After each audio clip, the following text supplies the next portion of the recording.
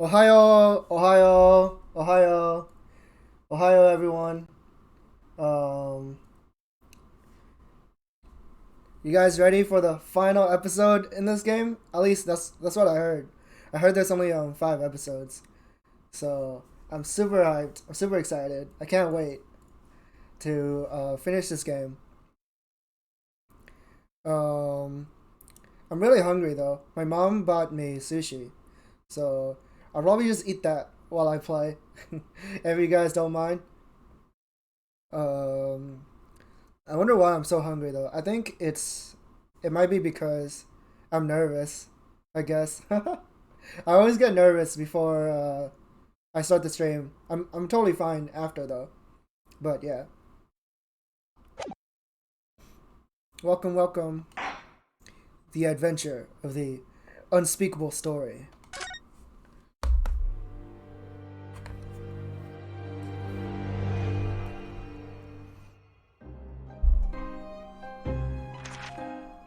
It's coming! Sholmes's cry pierced through the thick wall of fog around us. Wisps of vapor flowed over the pistol as I cocked it, and I waited breathlessly in the stillness. The silence lasted for what seemed an eternity, until, at last, it appeared. From the shadows of the cloud, an enormous beast sprang out upon us. A hound it was, but not such a hound as any mortal has ever seen. Its eyes glowed with a smoldering glare. The whole of its ox-sized body was outlined in white-hot flames. Its rumbling pant and hideous howl, so terrified was I that I began to tremble with fear. "Look well, Wilson," Sholmes declared, gazing upon the mystical beast. "For this is the diabolical hound of the Baskervilles." Baskervilles.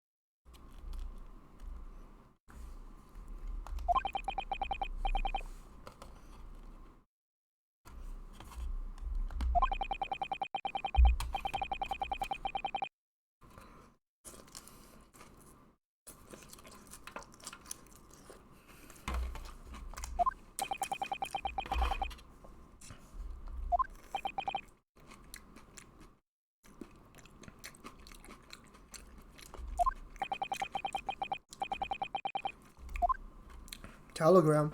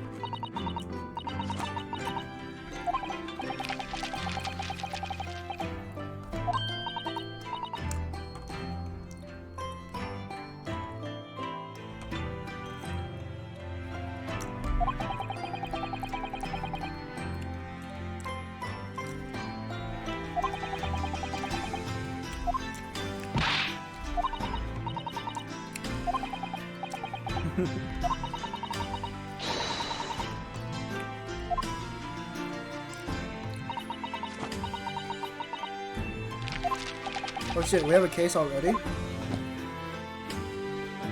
What about investigations?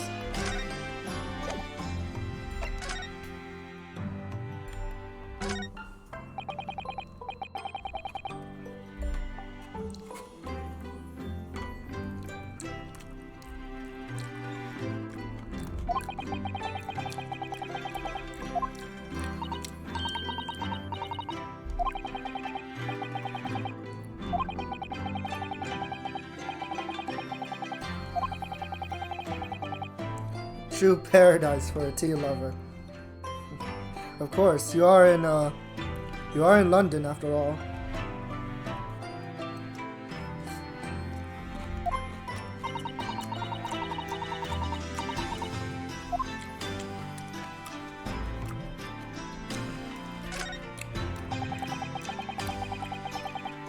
What's a tea cake?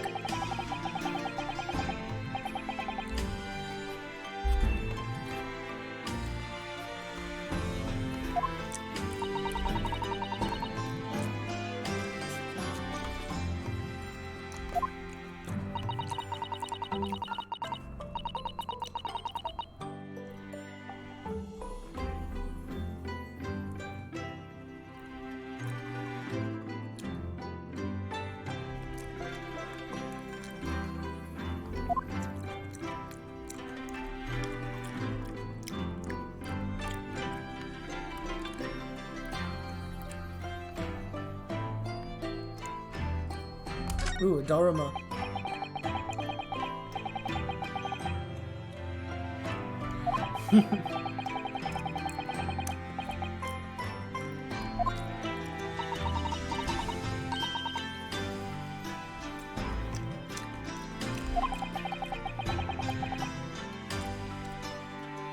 %100% win rate, baby.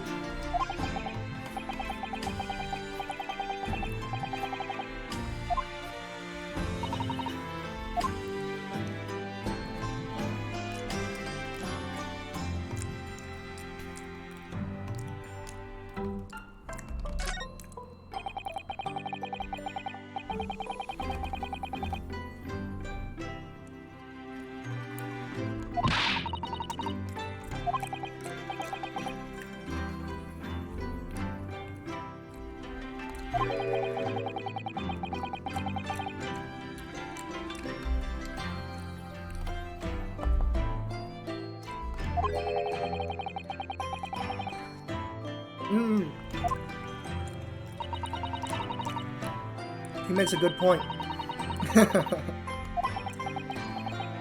Why clean up? It's just a waste of time, right?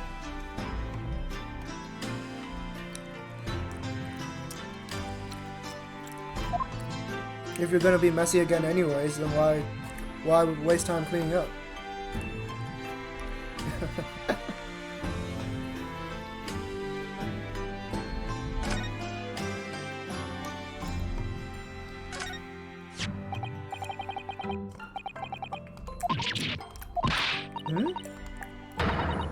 Why can't we look at it? It's in our room.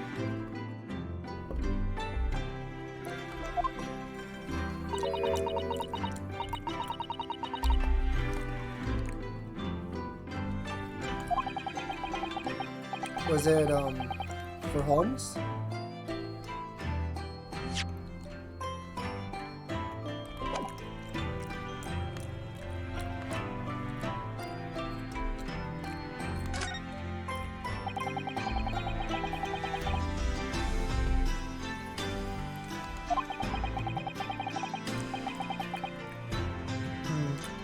I didn't get enough soy sauce or ginger.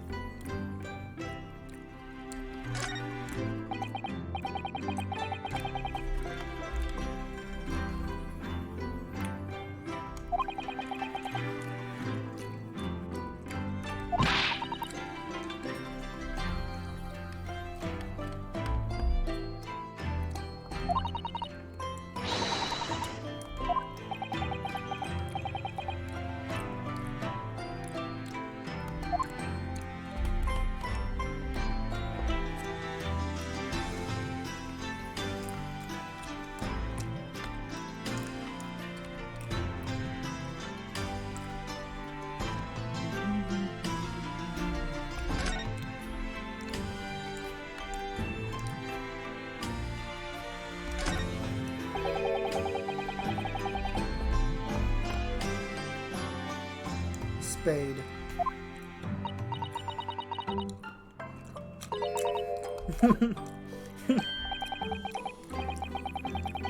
What? It says.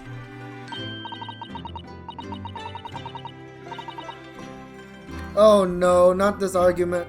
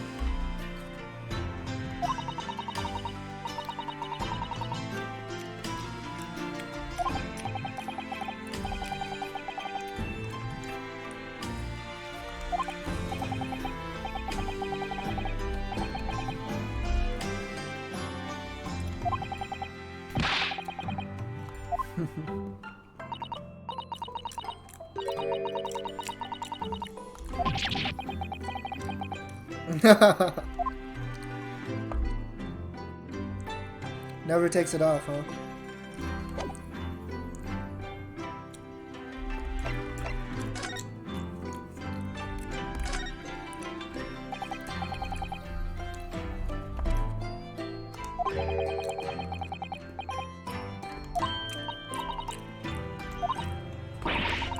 What the hell, Susato?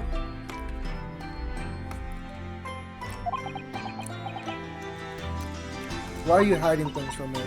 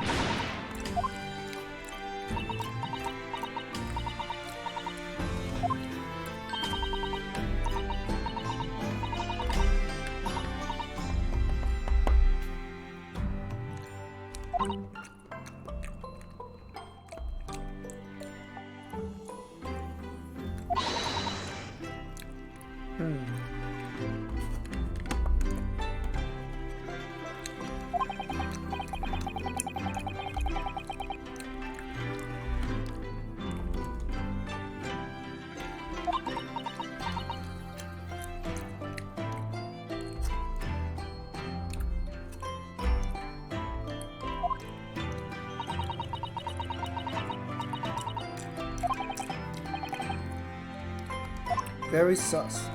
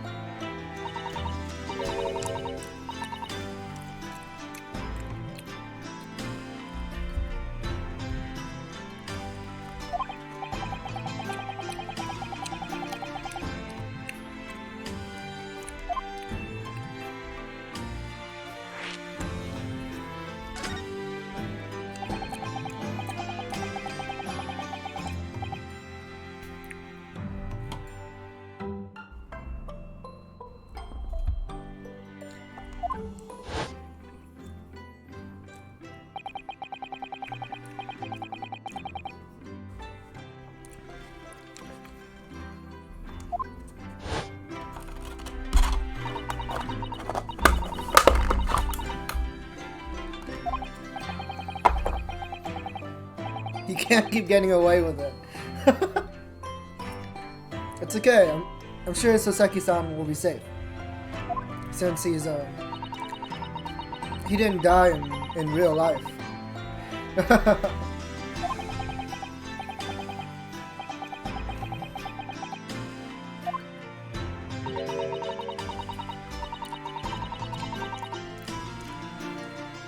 So the curse only works if you're in London.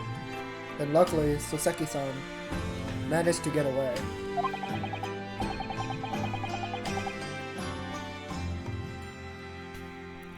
Oh, Niamion, did Nyaru just end?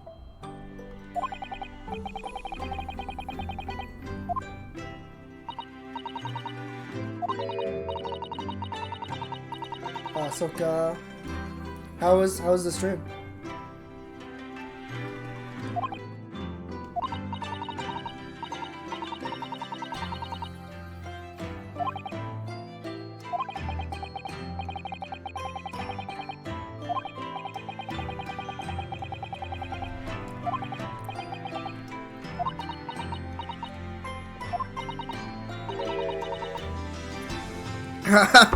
Not Apex.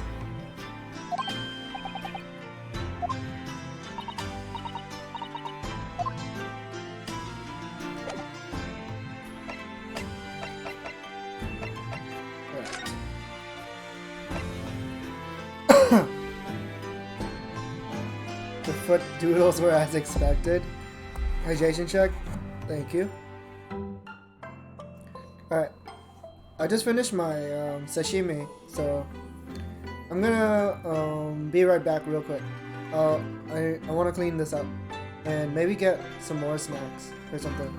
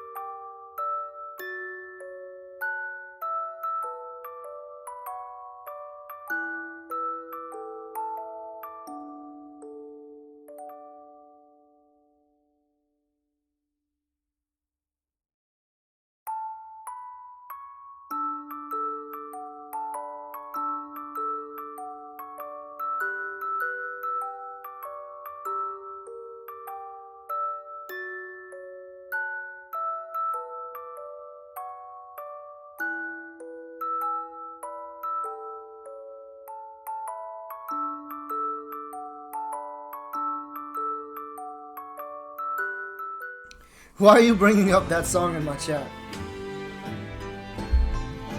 Anyways. I'm back, and I have chips. Hope I don't regret it.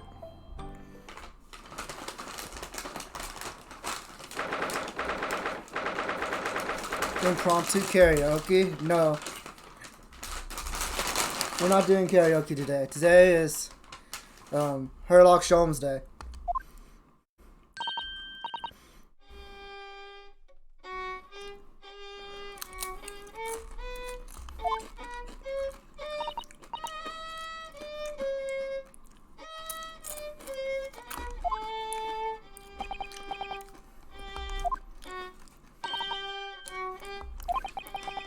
Bruno.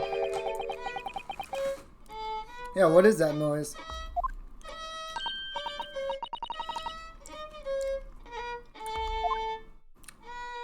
Oh god.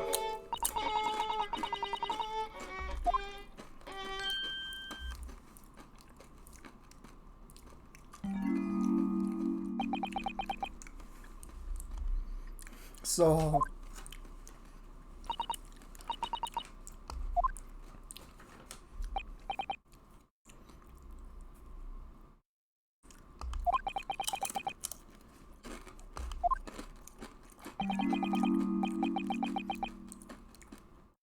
what the heck happened to you?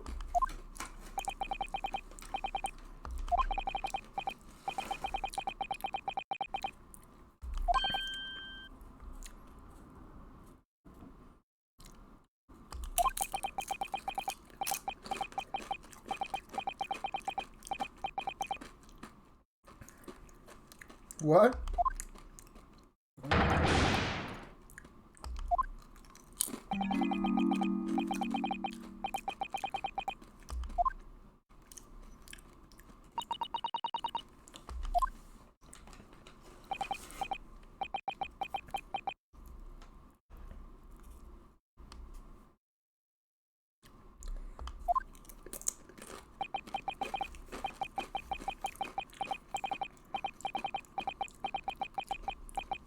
Dry toast?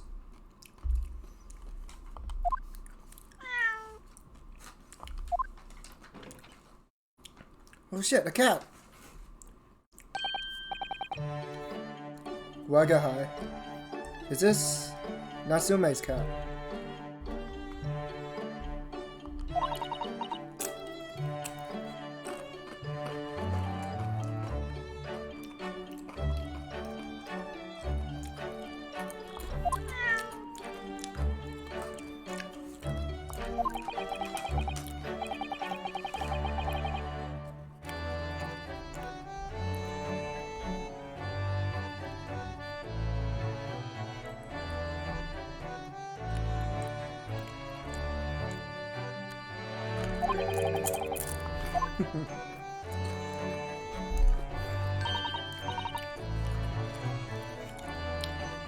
What a crunch.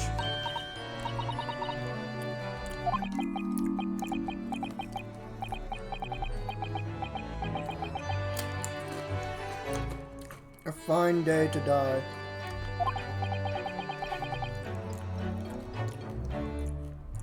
Hmm? Are you on trial, Sholmes? What's going on?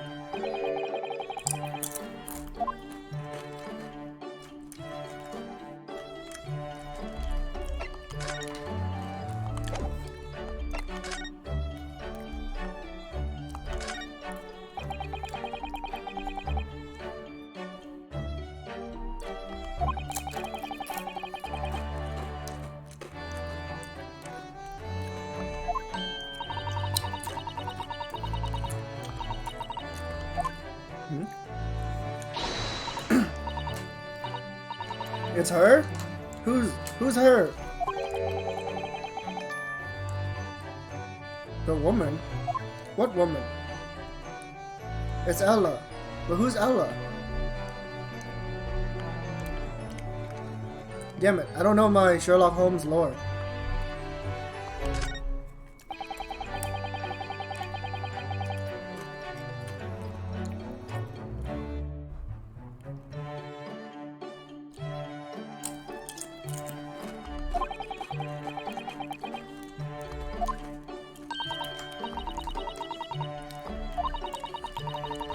What? I didn't do anything. Yet.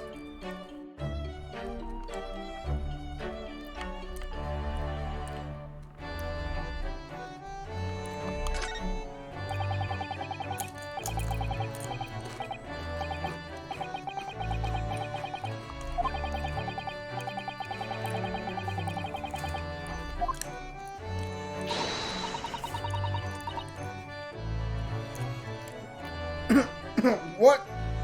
You're the one who was telling me to clean up earlier. You just like it because it's Sean's, isn't it?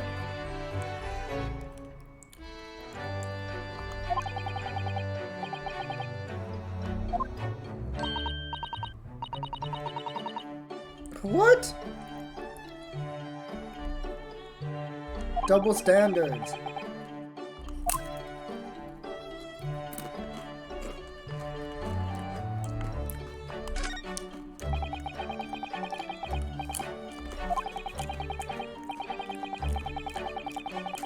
Geniuses are messy. That's right. That's why I'm a fucking genius. No, I'm just kidding.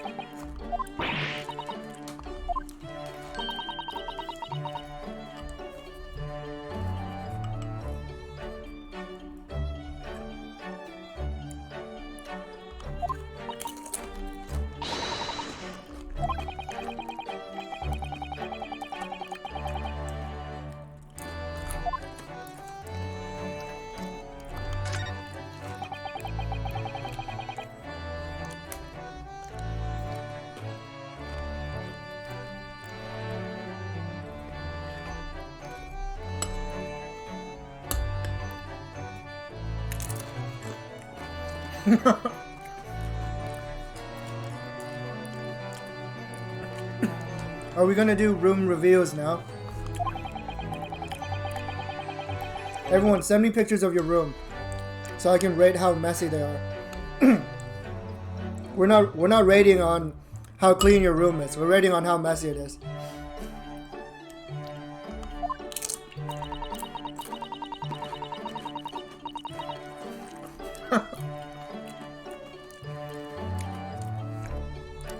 Just a bed.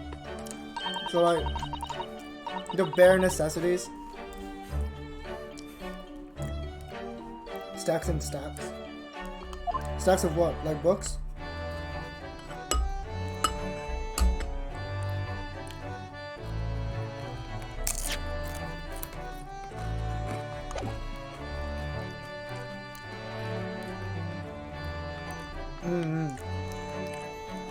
My room was like that a while ago, but my mom forced me to clean it.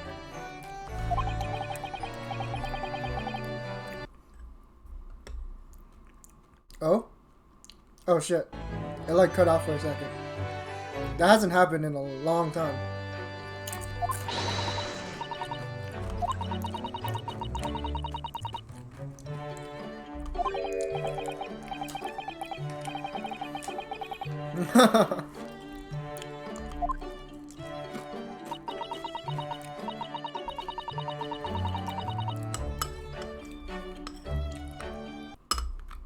What the hell? Again? If it happens a third time in a row, I'm gonna try and figure something out.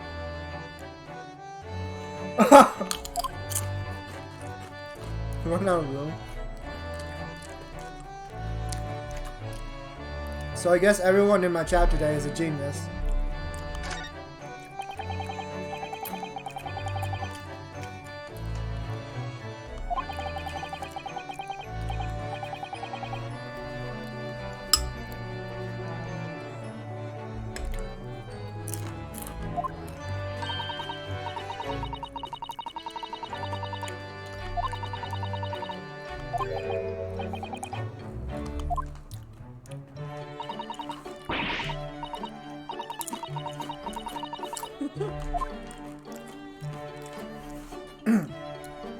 I want to read his novel now. I wonder how much it costs.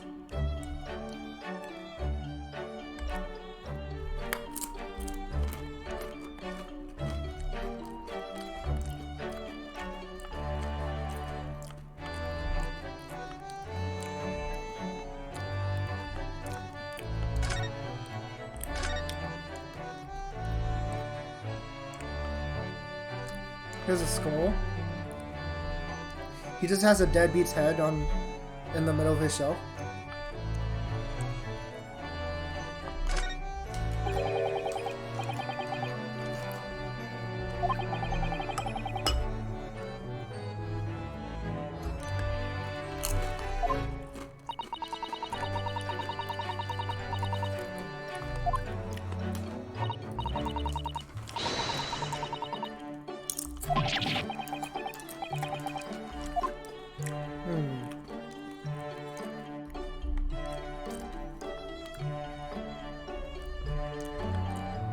Alright, looks like that's everything. Oh shit, whoops. Take a look at my badge.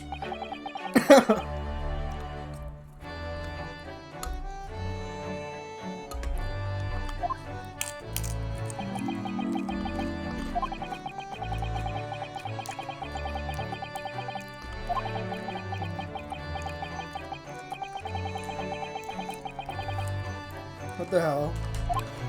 Damn, he doesn't care.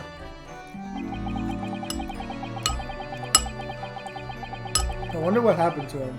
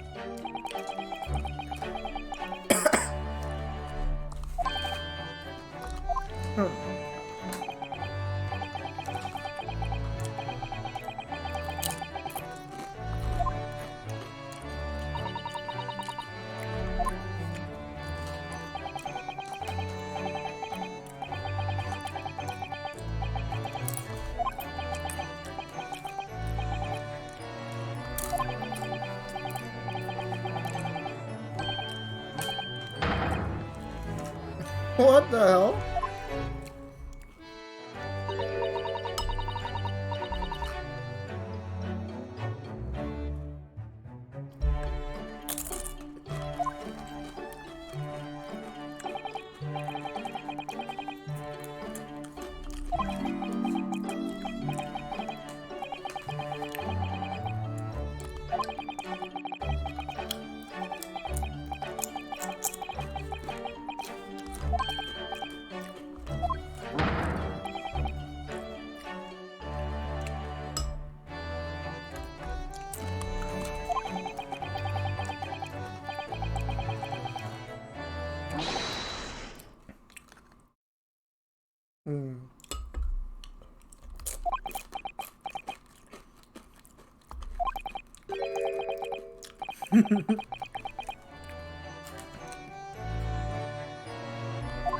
I'm very... I feel I feel very relatable to Jones right now.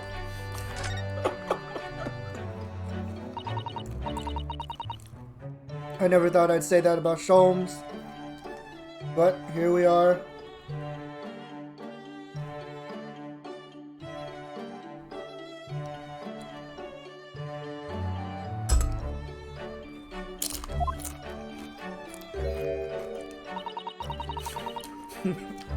Stop. Stop that, he's not best girl.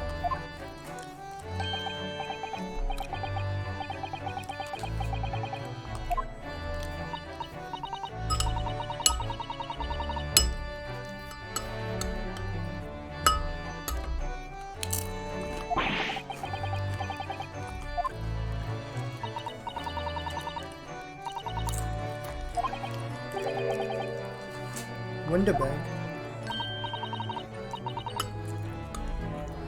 The pawnbrokery. Why? Someone steal it? Shom sold it or what?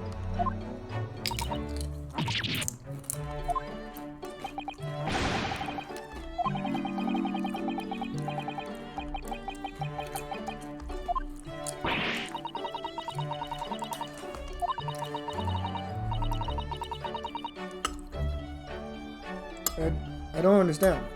Is Shom's broke? Doesn't seem like it.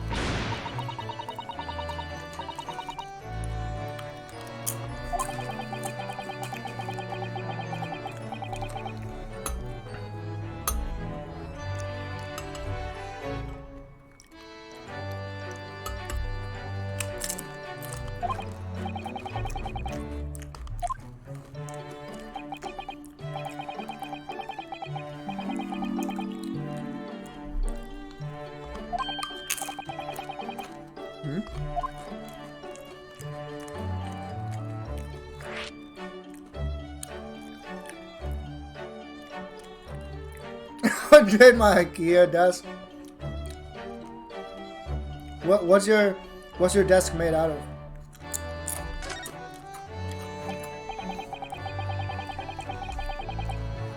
Damn it, I'm out of salsa.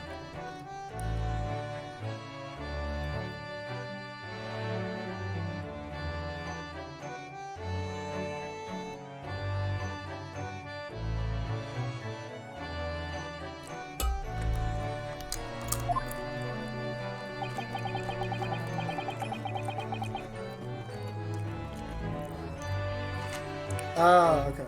I see. Yeah, the desk he has in the back does look quite nice.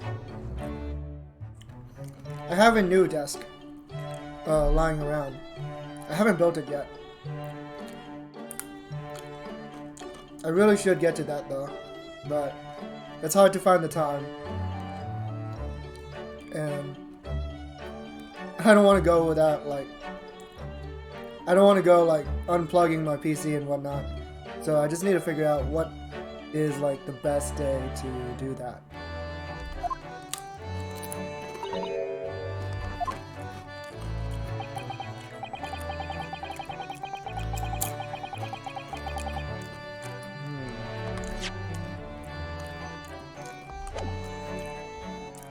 Pawnbrokers are like banks?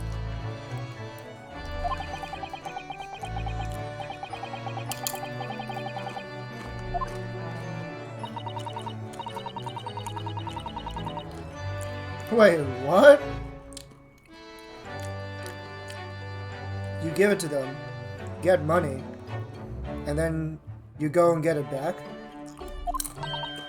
Huh.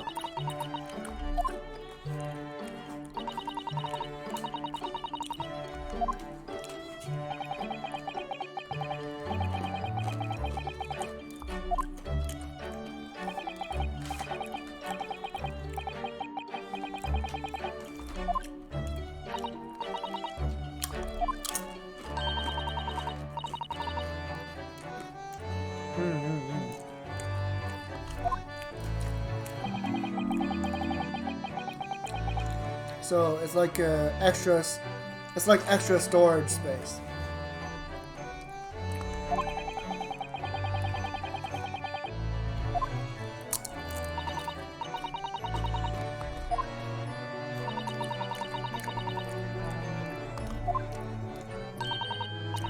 Well, the way that they're using it in this world, it's like extra storage space.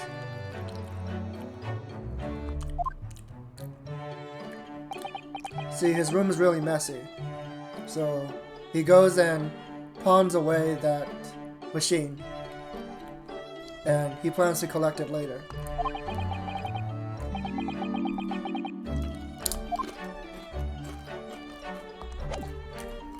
What the hell? There's no more dialogue.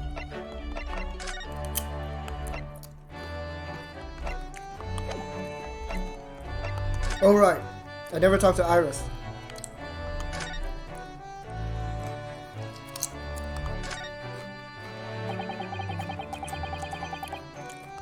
Yep.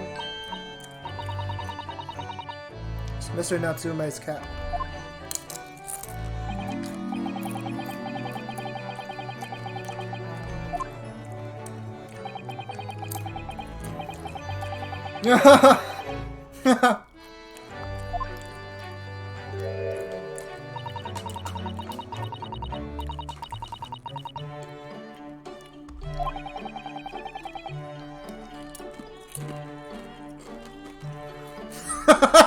Stop! Don't bring that up! Oh no. Yeah. No pets on steamships.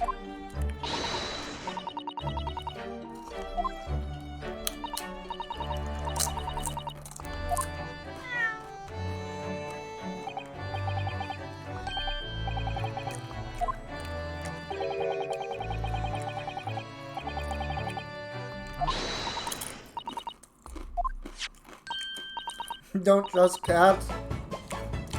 Why not? I love cats. I'm allergic to cats though. Yeah. Does that include lions?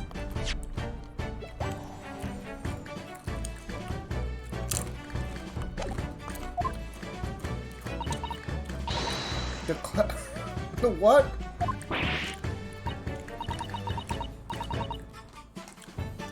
It's just a cat door.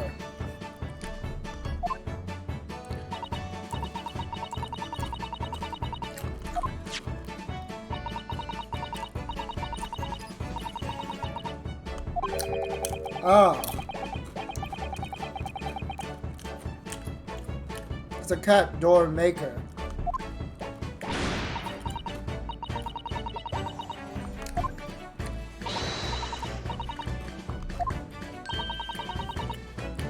Sounds dangerous. Because you can use it on any material, right? Imagine using it on a person.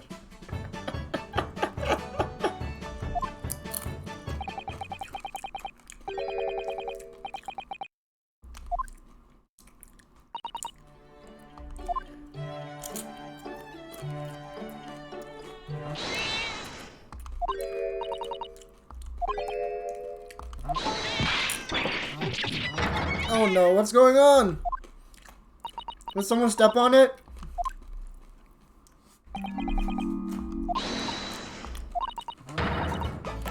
What?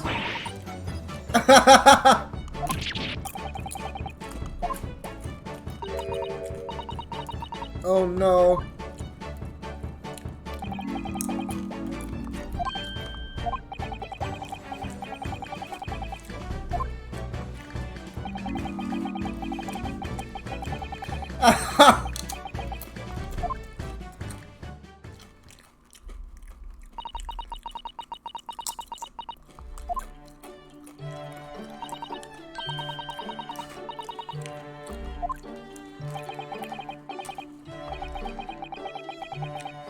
The Stradivarius.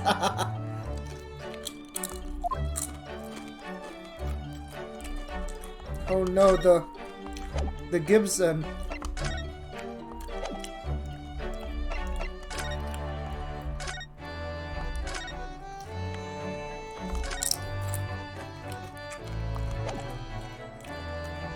What the hell? What else do I have to do? Oh, the violin.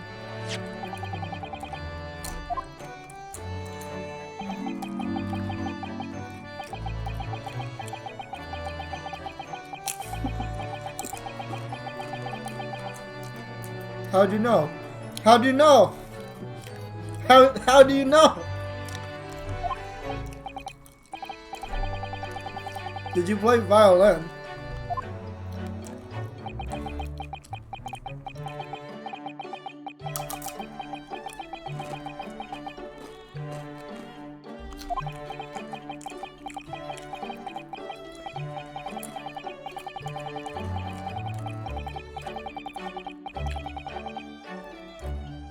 Ah, okay. I have no clue about violins, so I didn't realize that you were serious. I thought you were talking about guitar or something.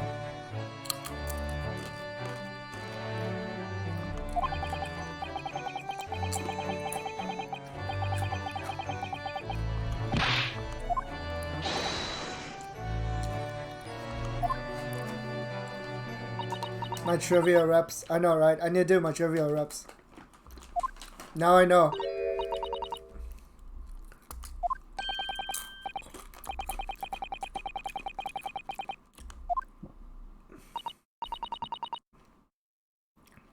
Sorry.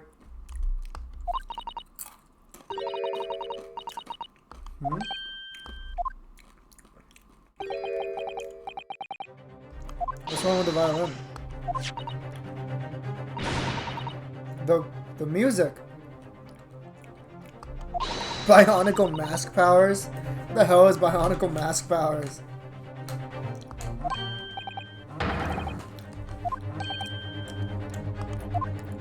Did Sholmes not realize he was playing the wrong violin?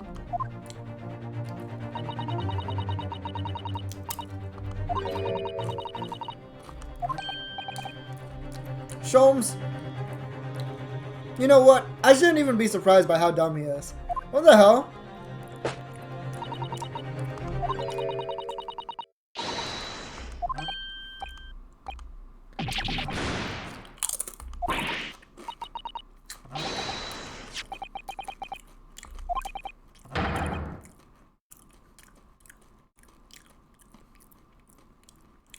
No, stop. No, don't give me bionicle facts. Please, mercy.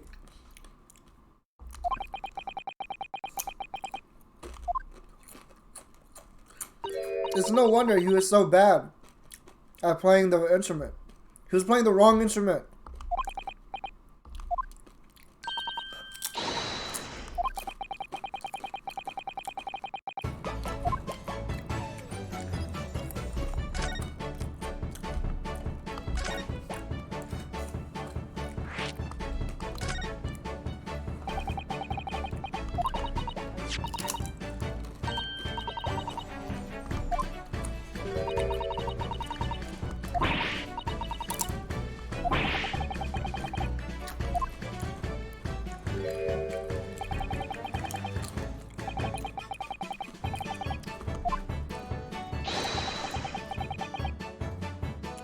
What?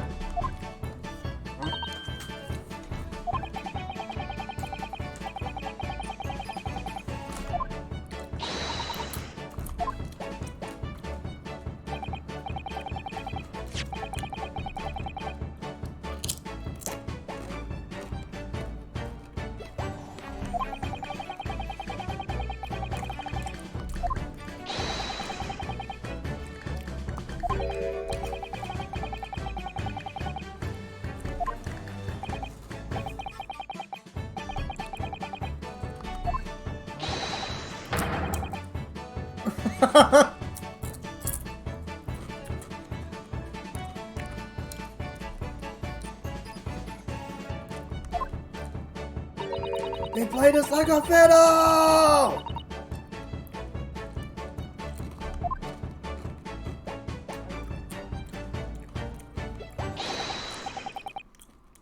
Dilly-dallying will get you nowhere.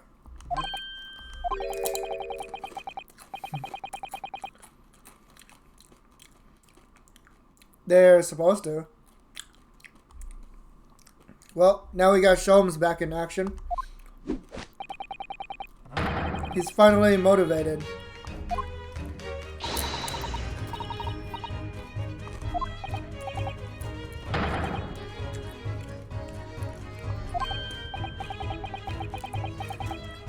Haven't finished my bacon and eggs.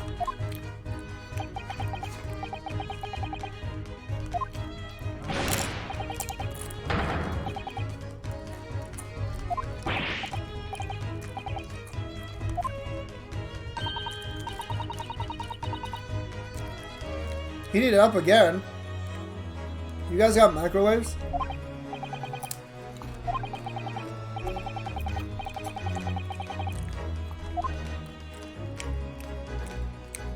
Right? I don't know about reheated eggs. That sounds kind of gross. But anyways, I'm gonna take another quick break so that I can clean up my... so I can put away these chips. And I'll be right back.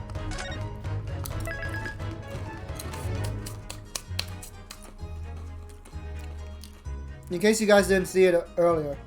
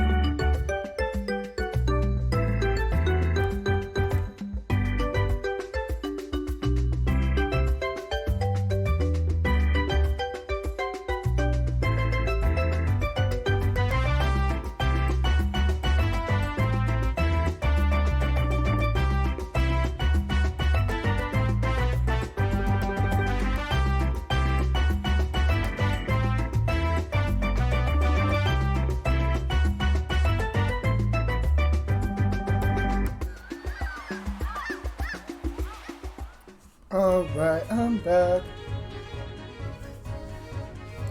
No more eating. Time for gameplay. And by gameplay, I mean pressing A.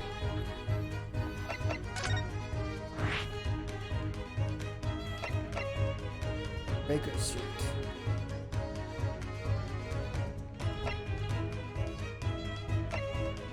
Alright, to Baker Street.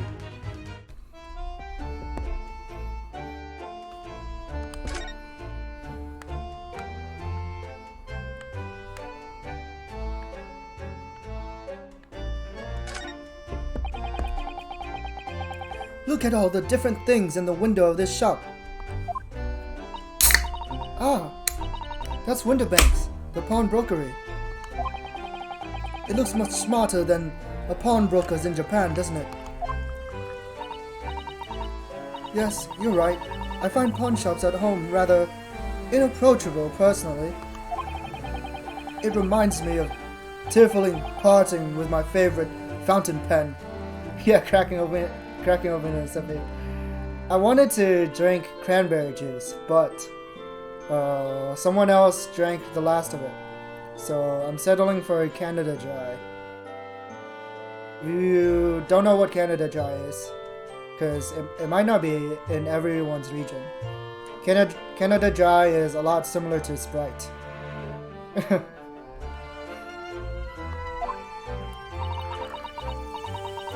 What doesn't kill us makes us stronger, Mr. Naruhodo.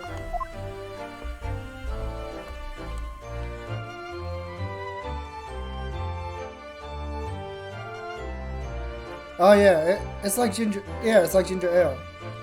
Is Sprite not like ginger ale? It's similar enough to me. It's already been 2 months since we started taking lodgings here above Mr. Sholm's office. I still can't quite believe it. I never expected things would turn out like this. Oh, I know! To actually be sharing accommodation with the world's greatest detective. If I ever find myself before a court of law now, I'll have not one regret. I don't know what you're talking about, but I'd be happy to defend you, of course.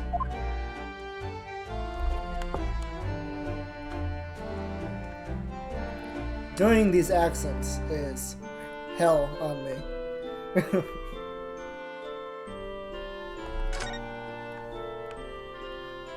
Huh, doesn't seem like there's much to do on Baker Street.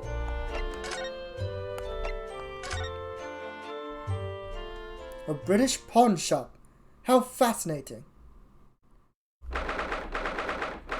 15th April. Winterbank's pawnbrokery.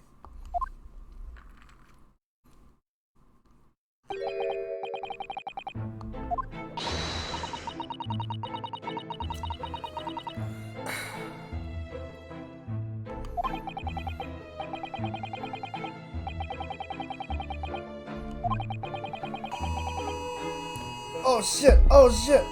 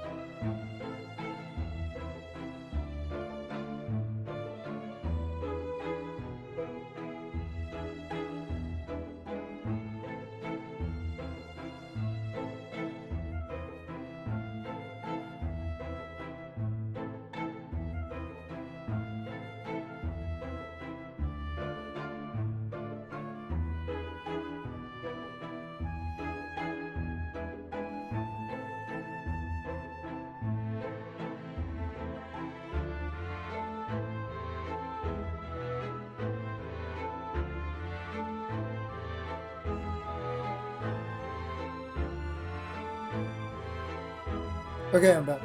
Well, if anyone is in my area, I guess that just doxed me.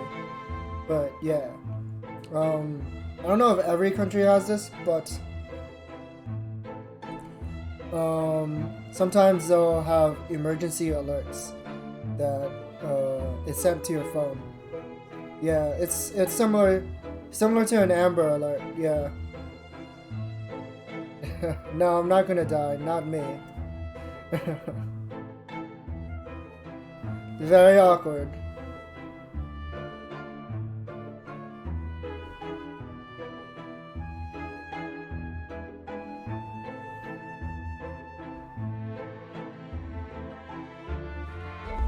Anyways. Oh yes, I don't know why, but seeing such a lot of things I don't understand is a real thrill for me. My dear fellows, let us not forget why we are here. Oh, Mr. Sholmes! We are calling on matters of business, not pleasure. And clearly, Mr. Sholmes means business too, judging from the spark of fury in his eyes. Ah, Mr. Sholmes, sir. Welcome back. Did you hear that brazen welcome? Well, yes. We are potential customers, after all. We are disgruntled customers, Mr. Naruhodo, and it's time to inform Mr. Winterbank of our ire. Come! The fight is afoot!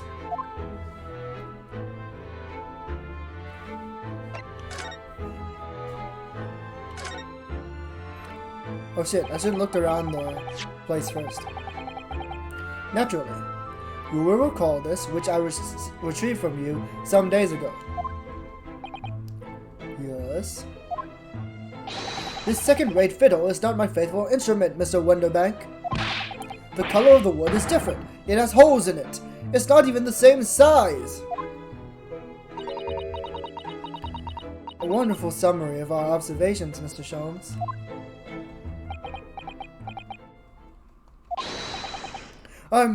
I'm so very sorry, sir.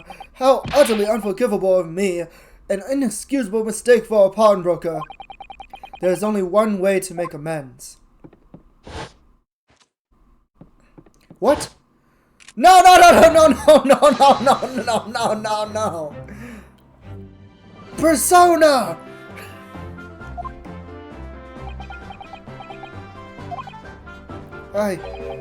I don't think that will be necessary, do you?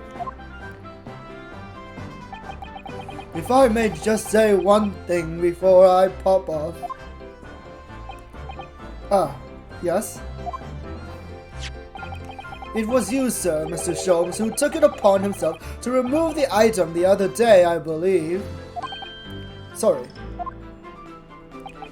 As I recall, I entered the storeroom to fetch your violin, when I heard, ah! Here it is. You did? And when I turned to controvert you, you had taken the viola and left, sir. Viola, and then. However, there can be no doubt that the blame lies firmly at my own door for allowing you to leave. So I shall not grumble or grouse any longer. May this guilt die with me. No, no, no, no, no, stop, my dear fellow. The fault is mine.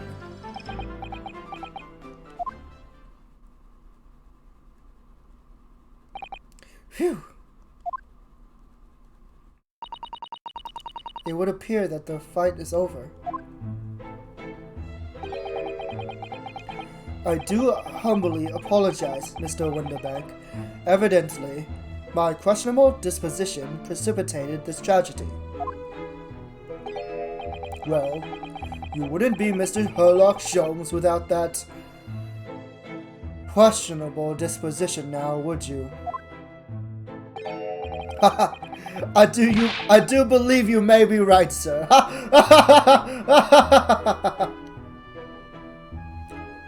Maddie, what game is this?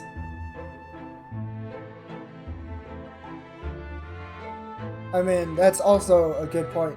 Nooper. I mean, honestly, roll for whatever characters you like, right? Whatever makes you happy, right?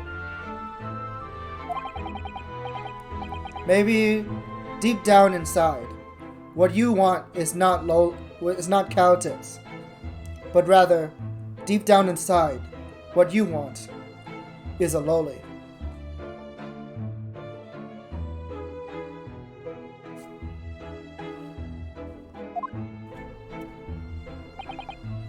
You are, it must be said, one of my more challenging customers. I needed to remind you of the peculiar collection of items you've brought through my door in the past. Oh? Peculiar items? In the extreme, then. For example, the unpublished manuscript of an eponymous work, the novels of Sherlock Holmes or some such. Oh my! A new full-fledged novel? And unpublished? A story I have yet to read, you mean? Ah, forgive me! Wait! Before you die, tell me more!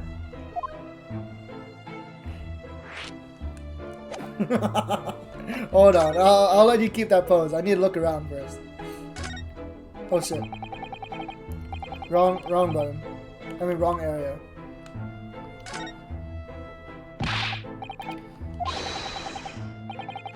What are you doing, fellows? We are not here to browse for interesting curios. We have come to teach this broker a lesson. Oh, but there are just so many fascinating items. It looks as though we'll have to talk to Mr. Wonderbank first, before you can explore in here, Miss Susato. Oh, seriously? I'm just blocked from looking around? Okay. That's fair then. Sir, what do you think about this, sir?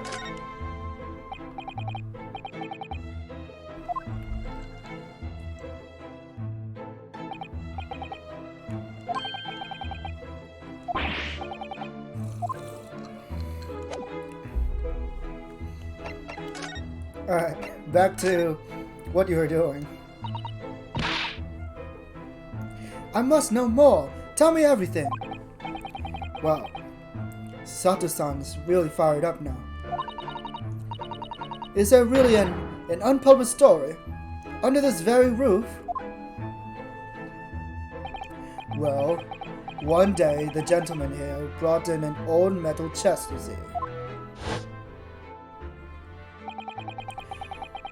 I should like you to entrust this to your care for a while, Mr. Winterbank. For a chest like that, 1 shilling, sir. Not a farthing more. It houses something of very great value indeed.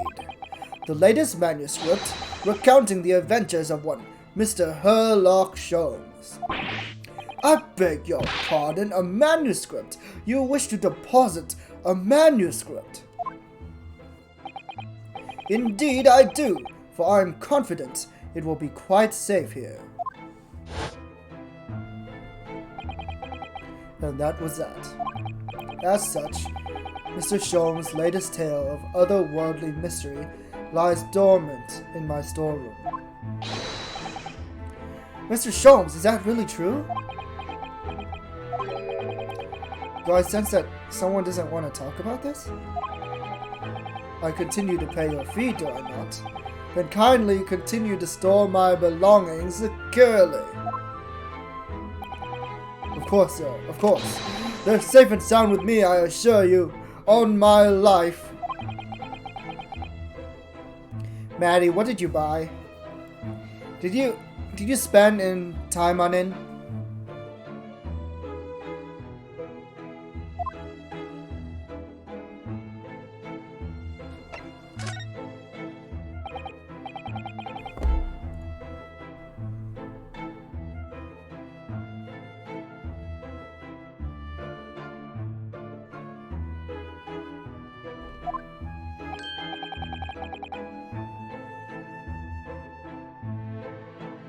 Yuki Kaze, I knew it.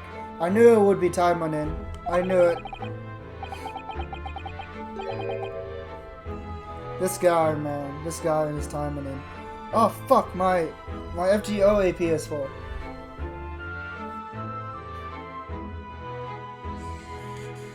Oh god damn it.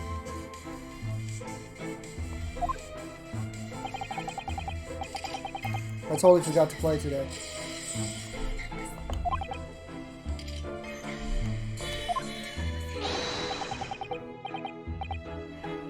That's his karaoke membership.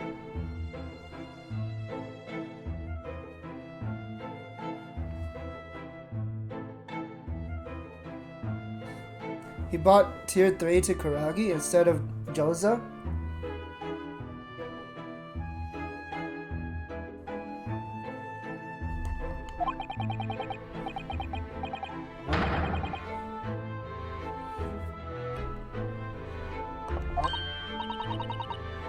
$5 guineas?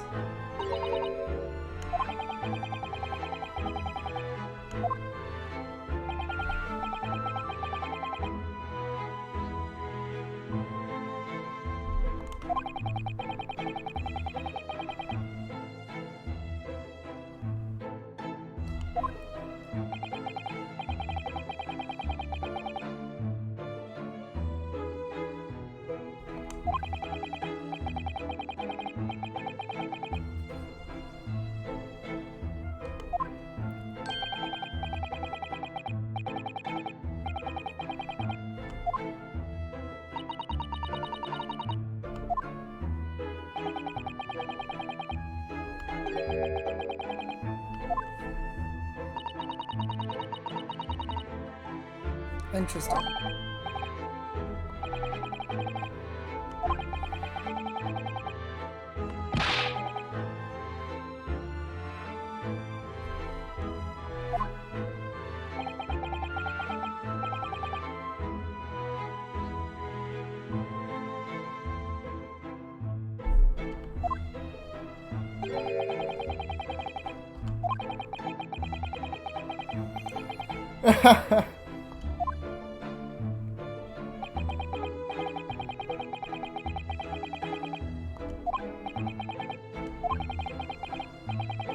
Simple device. The red-handed recorder.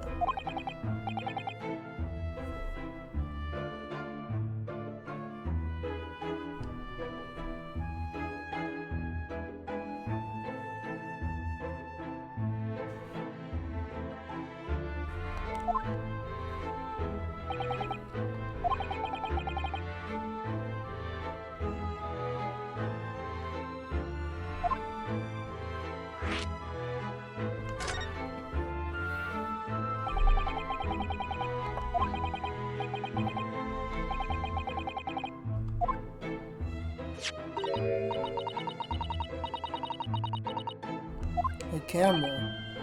Ah, I see. It's a camera. To catch people from stealing, I assume. Every 30 minutes. Alright, this is probably going to be important in the case.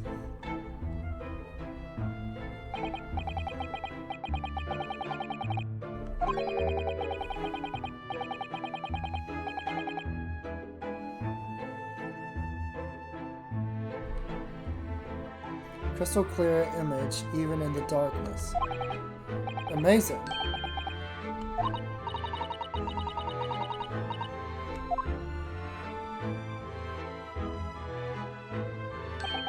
Right? For the 1900s?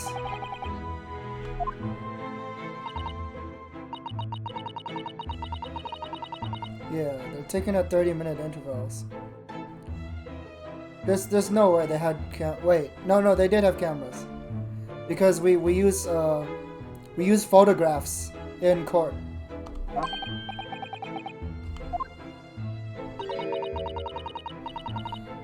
They just didn't use cameras like this.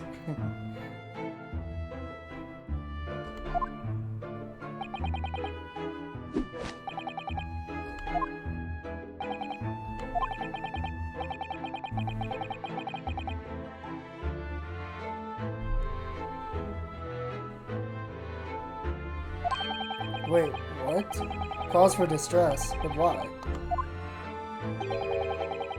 Yeah, I know it. It's the film. Flash powder.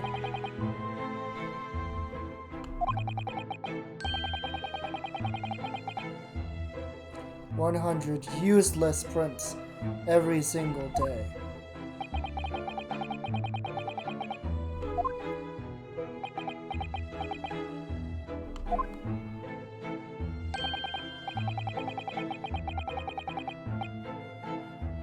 Oh, Holmes, you idiot. Safety and security come at a price.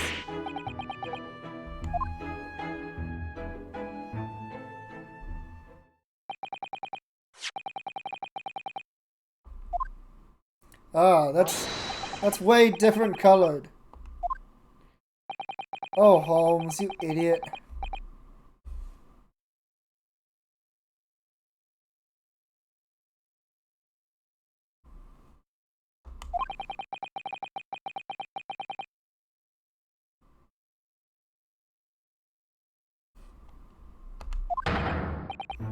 Oh no, window bank, please.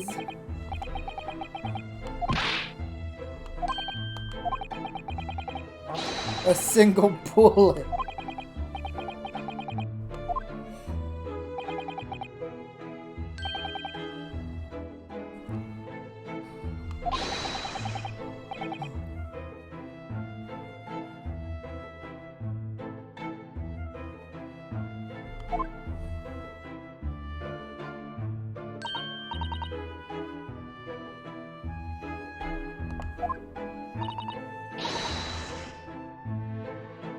Time to explore.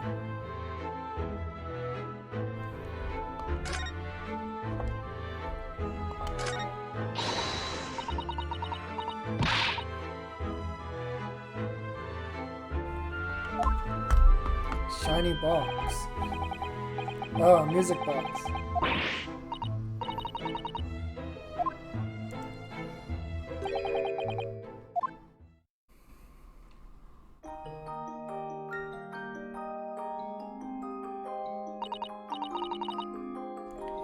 Oh yeah, they returned the viola, which was broken by the cat. Interesting.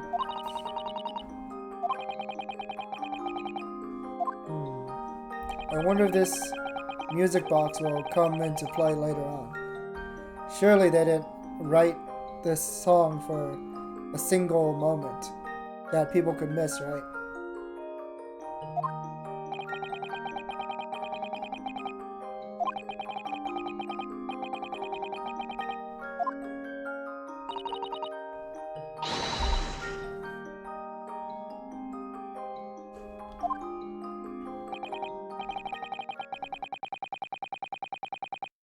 The gramophone. The hell's a gramophone?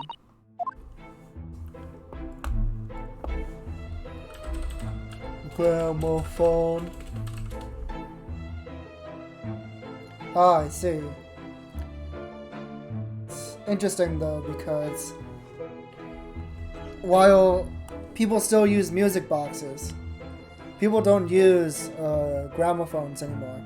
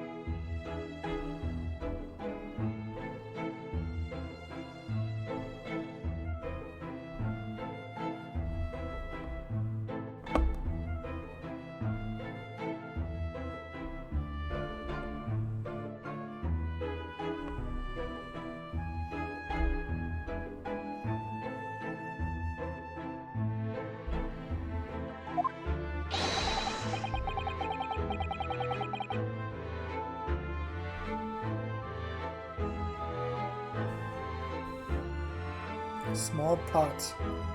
Wait, a pot under your pillow.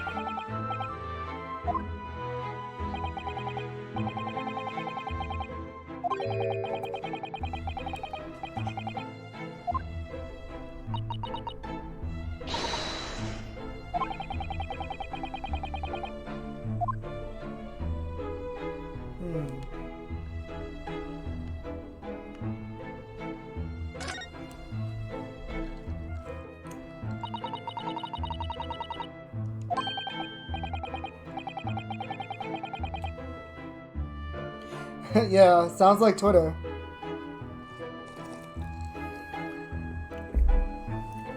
Sounds like the internet pretty much. Even like opening up the home page to your browser. Some browsers give you news and whatnot. Or even like Google or something. Just opening up Google. You're just like constantly attacked by information.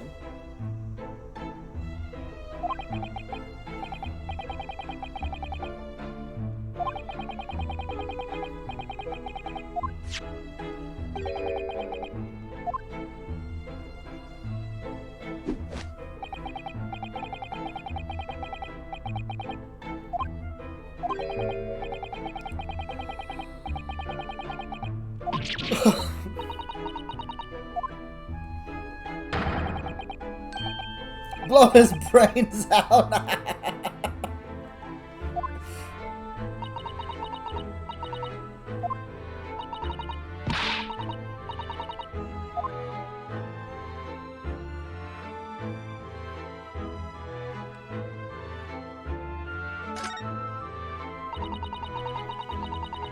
What an assortment of things there are on these shelves here. Crockery, footwear, clocks and watches. Almost anything you care to imagine. Those are forfeited items, offered for sale by the pawnbroker. What does that really mean, though? When you pawn, or colloquially pop, an item, the broker loans you money against its worth. He stores the item for an agreed period of time, after which the loan must be repaid. If not, he is free to display it in his shop for sale, at a price of his choosing. Oh yes, now you've explained it, I'm noticing little price tags on everything. Of course, simply by paying the agreed interest on the loan, one can extend the period of safekeeping. So you may pawn that black garb of yours without fear, my dear fellow. My treasured university uniform? Never! It embodies my student spirit.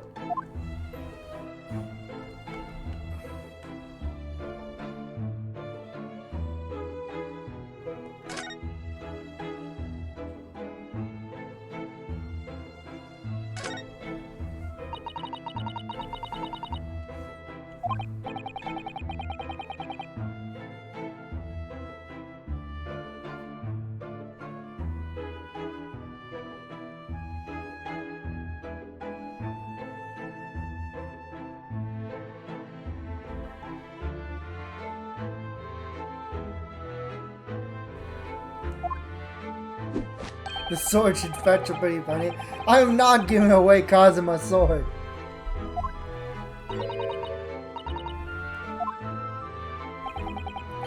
It is aptly named, I assure you. Look through the eyepieces and see for yourself.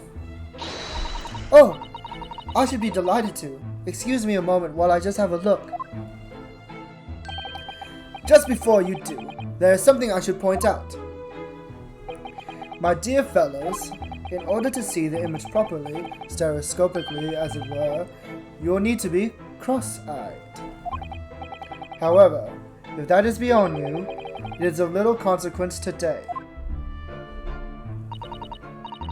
Alright then, I'm going to try it.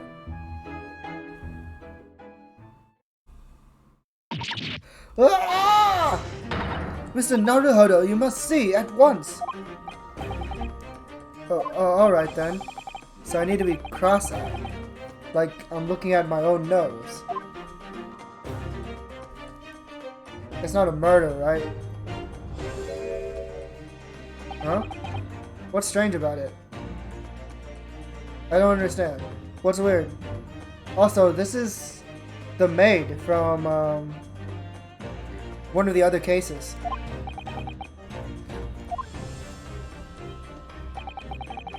It's just a photographic print, but it seems like you could reach out and touch it. Ah, so it's yeah, it's 3D, yeah. Yeah, I understood that, but when they were freaking out about it, I thought it was like something deeper to the photograph.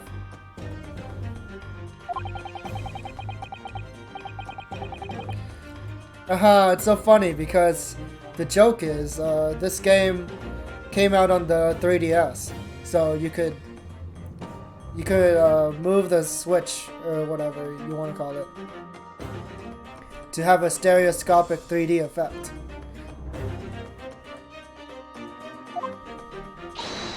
Why? Why are people meddling with such black magic? Oh, you're heading to sleep? Alright, man. Thank you for coming to the stream.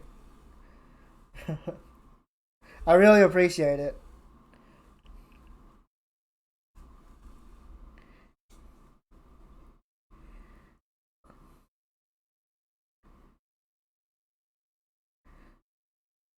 I'm surprised you stayed up to come to my stream at all.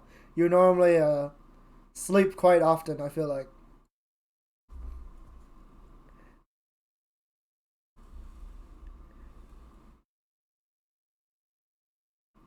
Yeah, I pretty much never really used the 3D except maybe for like the first month or so when I got the 3DS. I got the 3DS on release, actually, which was somewhat regrettable because there weren't any games on it yet.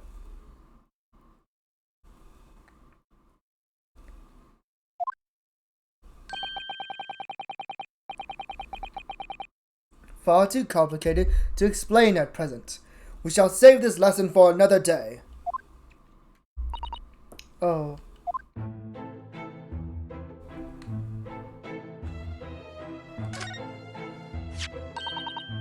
Look at this! Whatever could it be used for? I have no idea. Ah! There's a small catch here. Look! We're going to open it, aren't we?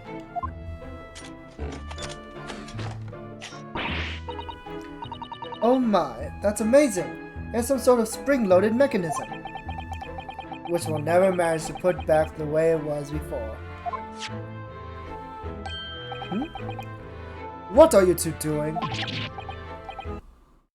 Ah, why does it keep disconnecting? Hold on. I didn't really change any settings.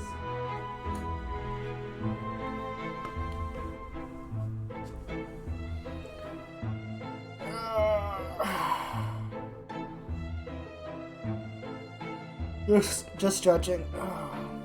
I feel so tired. I think because I ate too much. I don't know why. I was hungry, okay? I was hungry. Oh, fuck. Again? Really? Come on. Stay with me.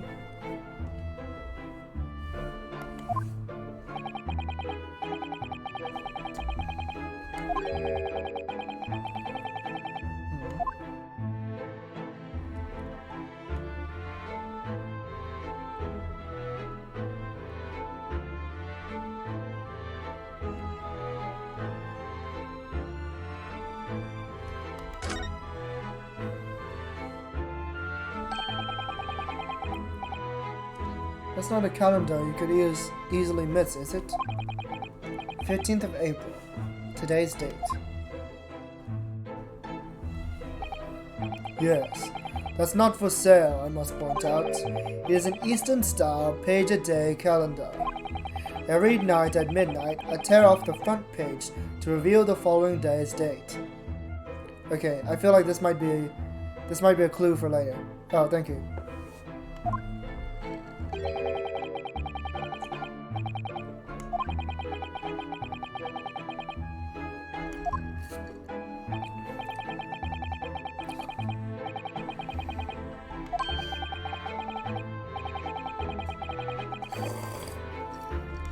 Ah.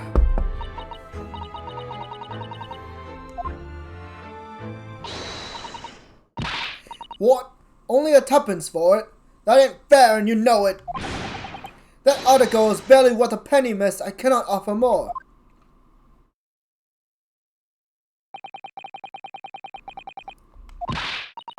Come on, that can't be right. Have you even had a proper butcher's at it? I've seen all I need to see, young girl. It's her! It's her! It's her! She's back! She's back! Oh, it's her! Oh yes, it's a young lady from Mr. McGilder's trial 2 months ago.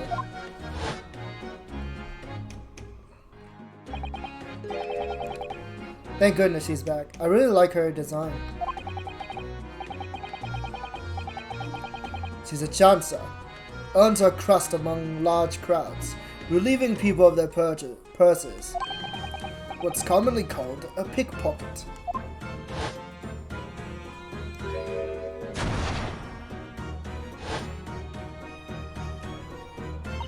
Nice coat.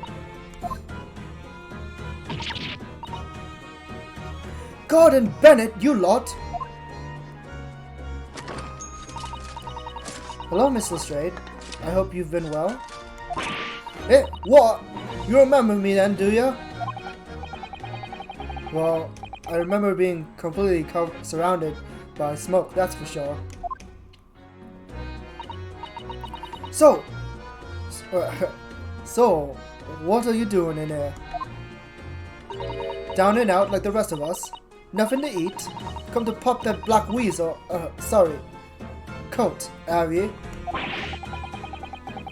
What is it about this black uniform that makes everyone comment on it?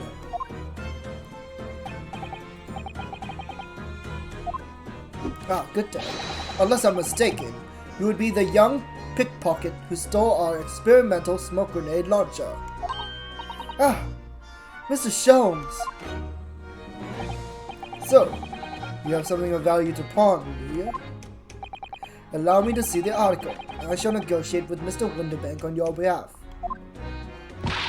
For the other one, I don't need no help from some stuck-up D. Get out of my business. Go on, or I'll make trouble for you. As you wish, Miss Lestrade.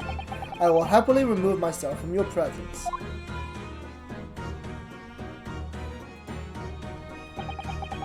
He's really done it. He's gone. I'm sorry, but as I said, there really is no room for negotiation here.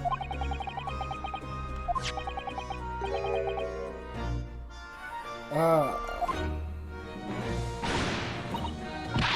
Yeah, she is cute. She's only 15 though, so be careful.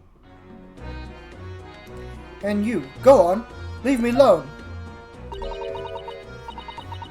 Oh, Miss Lestrade, just pretend we aren't here. You shan't be offended in the slightest.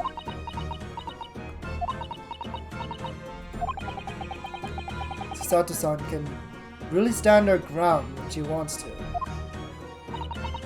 Whatever.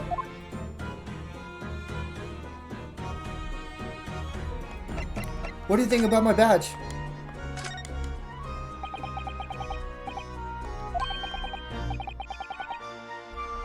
Oh no, she stole it. What's the problem? Something wrong? Don't suppose you're looking for this?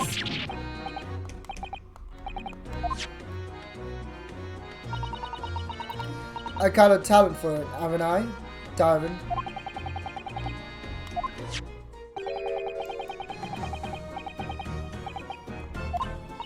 So, what do you want to tell me about it then?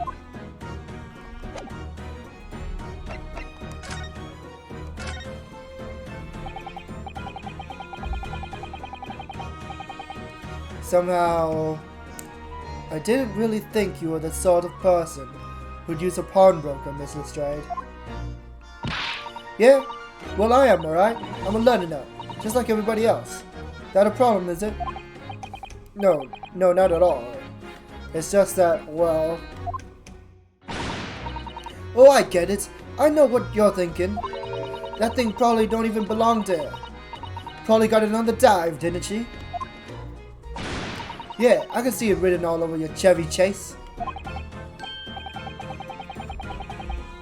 Well, I might have been thinking something along those lines. You're not going to deny it, Mr. Naruhodo. Alright then. I'm just gonna come out and ask you straight. Do you pawn things that you steal from other people?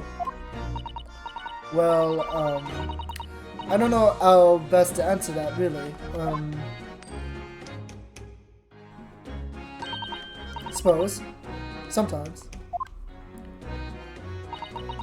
You're not going to deny it either, Miss Lestrade. But not this time, alright? I swear. That thing belongs to me. The disc that Mr. Winterbank is holding. Perhaps we should see what he has to say about all this.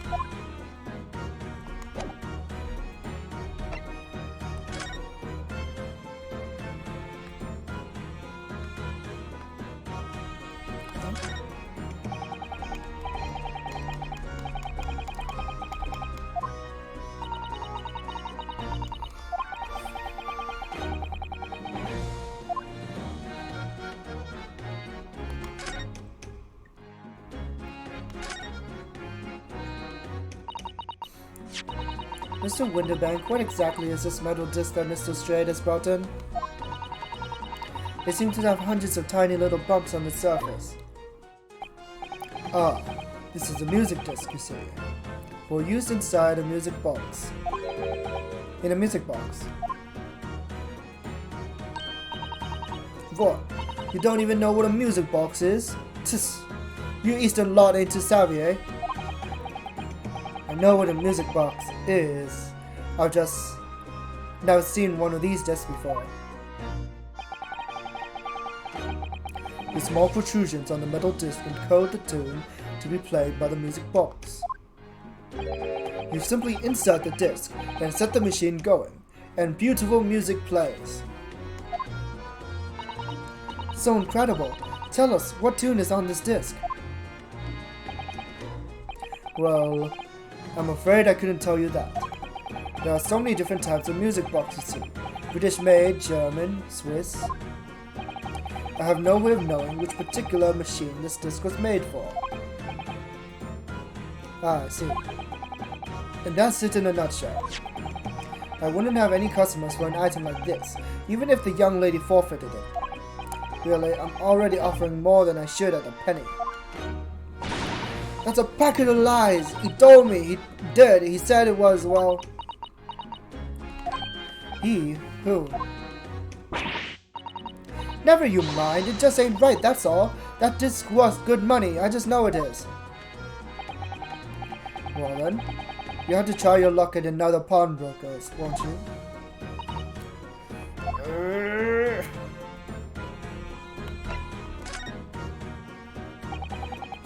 She's been in before, of course, this little tatterdemalion.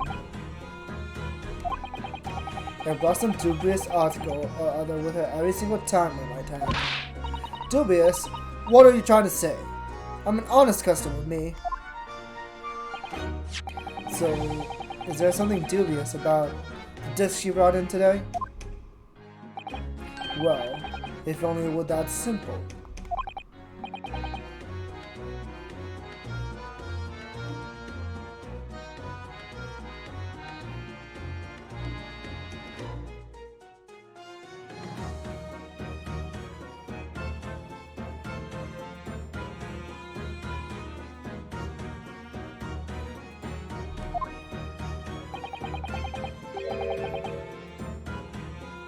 What she actually brought in was a storage ticket. Oh, a storage ticket, so... Mrs. Strayed has actually come in to redeem an article from me today, is that right? Yeah, that's right. A girl like me has a lot of stuff what needs storing.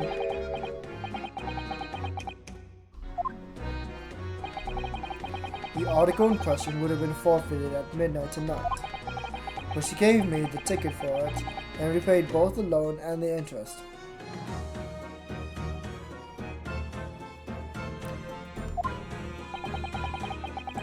was obliged to return the article to her.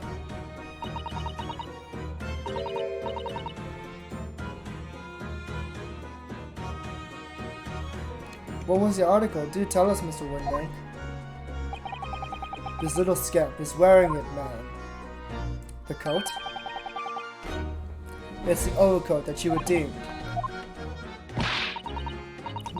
What's wrong with that? It fits, don't it? I mean, it's mine, so of course it does.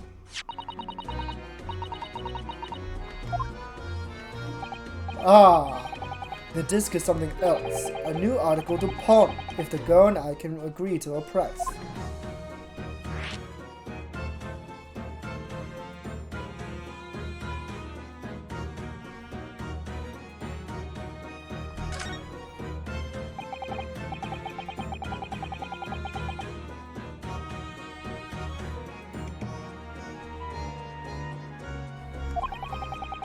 It's really quite simple, yes. The child brought me a storage ticket. Looks like a music disc if you ask me. Yeah, a music disc.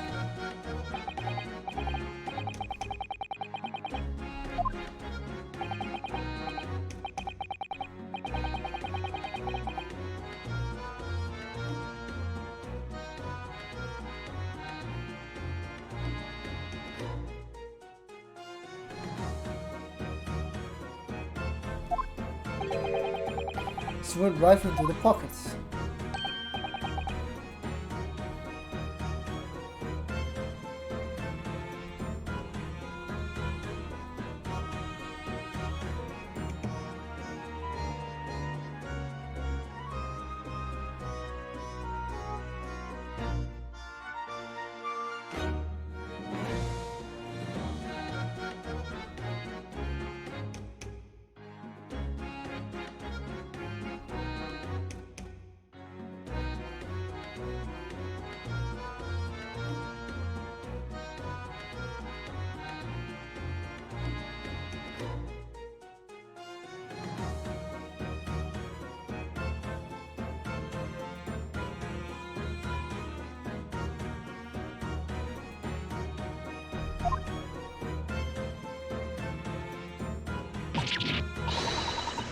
What? Don't you know it's rude to stare at a lady?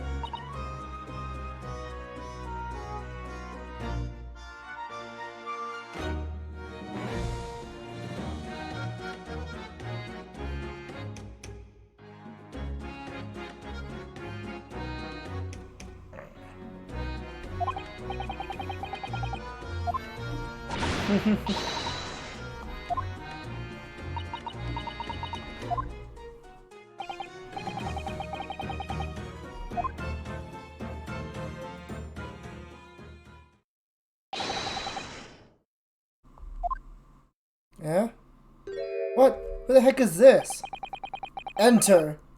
A new character? Hold on. Let me turn on the lights.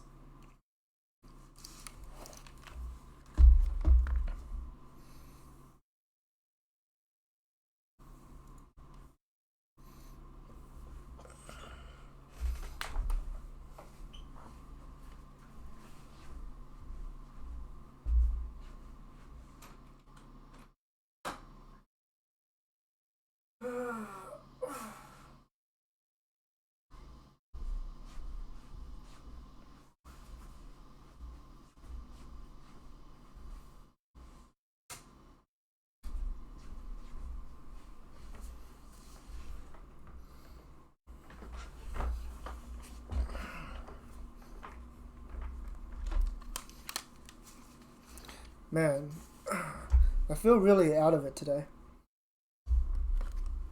Really sleepy. Whoa, this guy's swag. Good day to you, ladies, gentlemen. What's your problem, eh? There is no problem. As long as you remove yourself. I have a matter to discuss with the proprietor. And if you intend to make a problem of it, I shall see you outside, little girl, for the hiding you deserve. Look, ain't it obvious? I ain't done talking with him yet. If you think you're such a gent, you should know how to wait in line. Well, you are an impotent little brat, aren't you? As well as a pickpocket.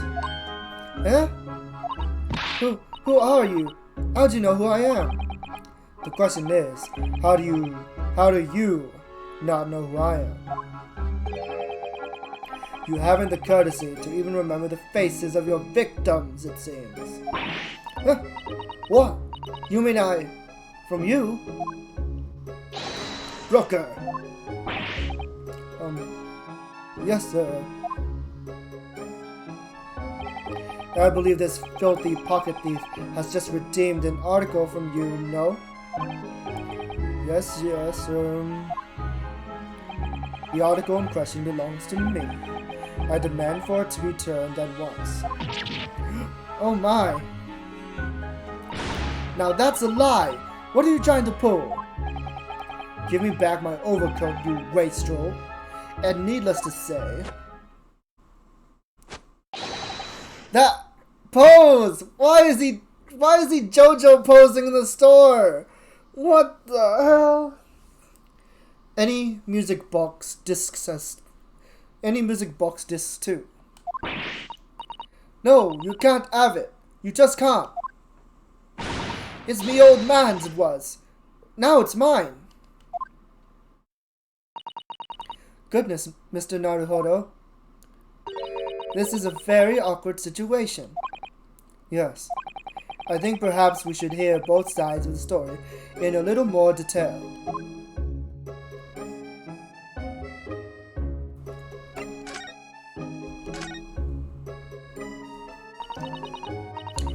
Mrs. Strayed, is what the gentleman is saying. What do you think? It's all lies, ain't it? Obviously. I swear on my life I ain't never laid eyes on that dandy before. Let's hear it now, you little ragamuffin. You stole it, didn't you? That ticket you brought in here just now. No, I swear it. I swear to God. It was barely an hour ago. I was walking along the street, minding my own business, when this little gutterling ran into me. I knew at once what had happened. I've been robbed yet again, I thought to myself. Those wrecked pickpockets. Yet again. Oh yes, as you can see, I'm a man of impeccable style. This isn't the first time I've been targeted by these backslum scoundrels. Whoa! Pose! What the heck? Now then, relinquish my overcoat. Come along now, Miss Lestrade. Give the good gentleman his coat back. If you're going to cause trouble, I shall have no choice but to call the police. Hold on, why does everyone think it's me? Just look at this dandy cove, and you think I'm the dodgy one? I'm sorry, but no one's going to believe you. Well, what about evidence?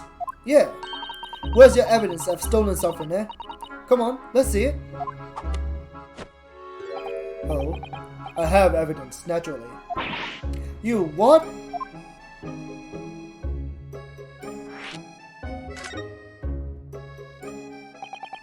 Evidence that the article Mr. Strayed redeemed actually belongs to this gentleman. Of course, we need only consult Mr. Winterbank's ledger to know the truth. Oh, that's true. That's a good point. about the music disc. We'll be able to look up the name of the person who deposited the article in the first place. Yes, brilliant! I'm very sorry, but I'm afraid that won't be possible. Oh? I never ask customers' names. That's a strict policy of mine. But why not? Well now, as you can imagine, some of my customers have circumstances to consider. So he doesn't like to dox his customers. What a good guy.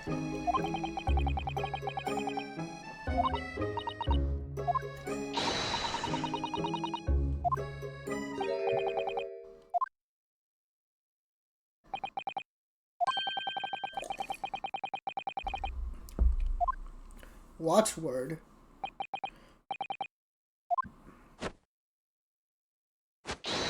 Professor. Yes, that's right. And all the evidence we need. This gentleman is the rightful owner of the article, without a doubt. But he's doing a Josuke pose, is he not?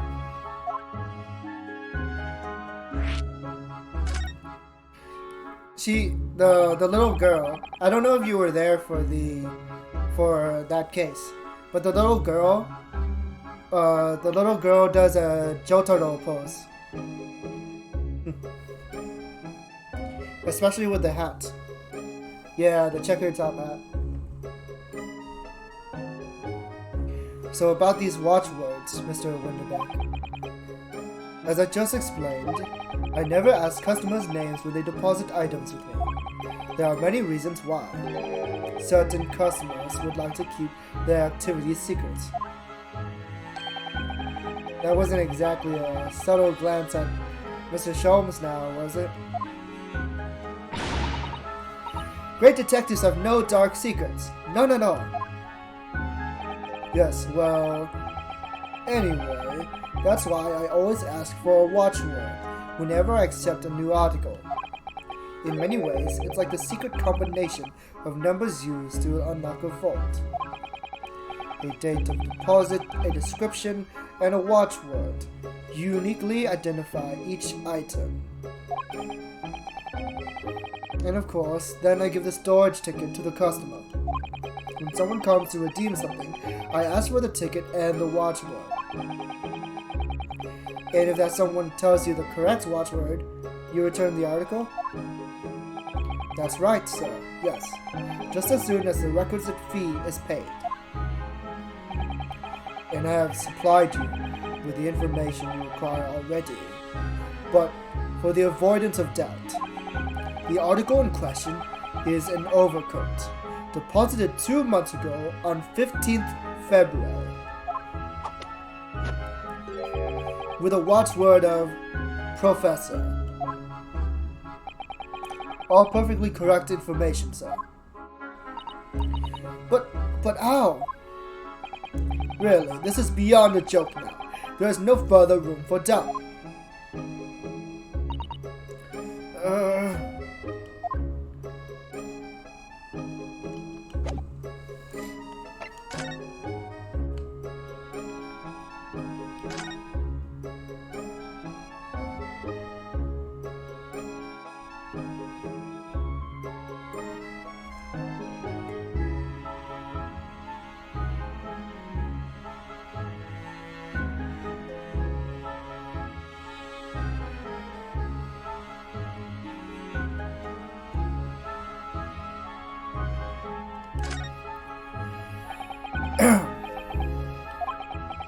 Excuse me, who are you?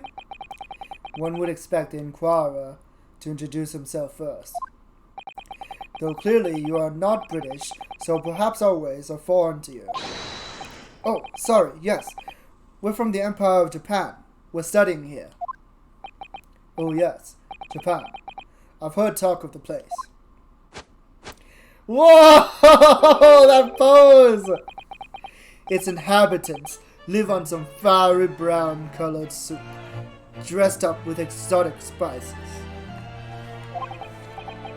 You might be thinking of somewhere else, and what was that theatrical gesticulation about? Perhaps. Anyway, if you are a gentleman, sir, you offer your own name first, before inquiring the name of another. Of course, yes. I'm Ryunosuke Naruhodo. I'm a lawyer, well, a student of law, really. My name is Susato Mikotoba. I am Mr. Naruhodo's assistant. I see. My name is Benedict, yes. Eggert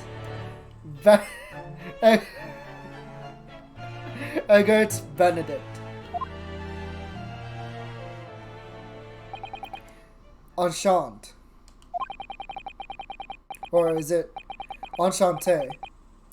He's so refined in how he holds himself and how he speaks, but that name is suspicious. Now, to the matter at hand. Whoa! That pose! My overcoat. Return it at once to someone with the style to carry it off. Every move he makes, every breath he takes, I can't stand watching him. What's that?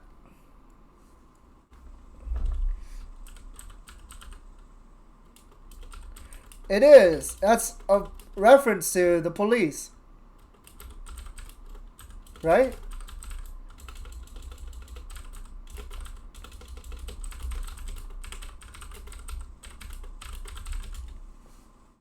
Yeah, Every Breath You Take by the Police. God, that's a good song.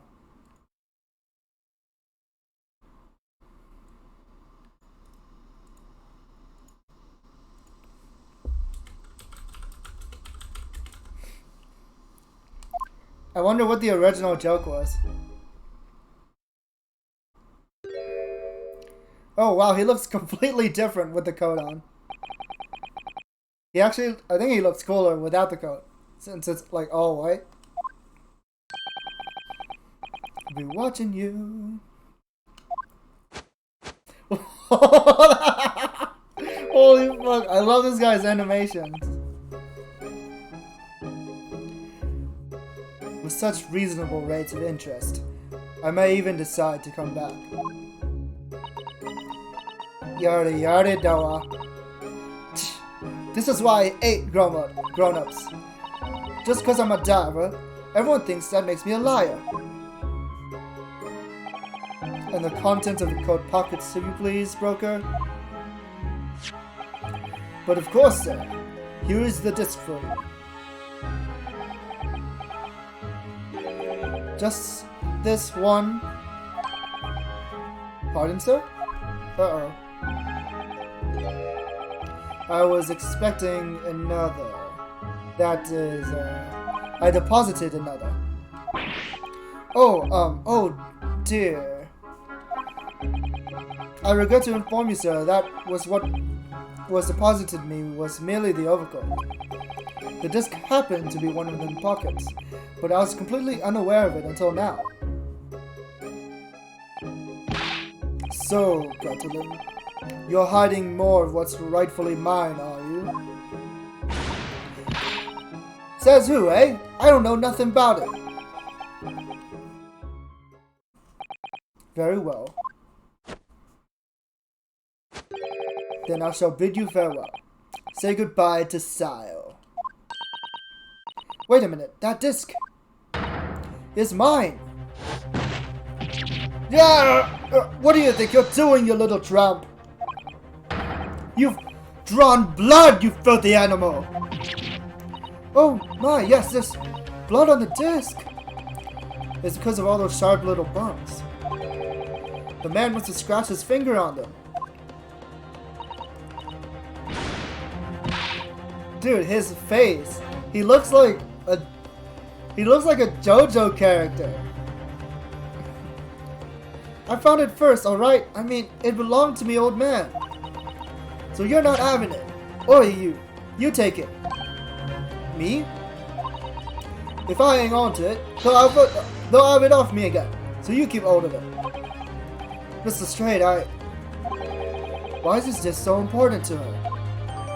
The music box disc has been entered into the court record. Music box disc. A metal disc used to play music in a mechanical music box. The piece of music, which remains unidentified, is stored on the disc by means of small protrusions. You there, in the black library. Hand that disc to me at once, please. No! Don't! He's lying! Grown-ups are all liars! Ugh. What do I do now? How am I going to resolve this? Who do we believe, fellows? Do we believe the little girl who's a pickpocket? Do we believe the stranger in the overcoat?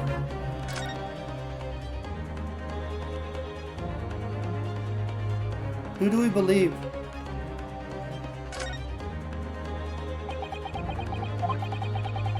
Mr. Winterbank is clearly at a loss here. We have to do something about this before he reaches for the revolver of his.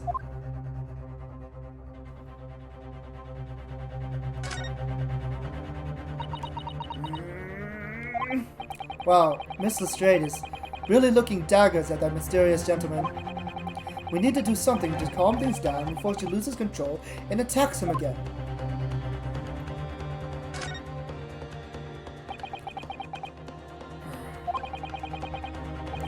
Look at those piercing eyes. He's clearly in no mood to talk.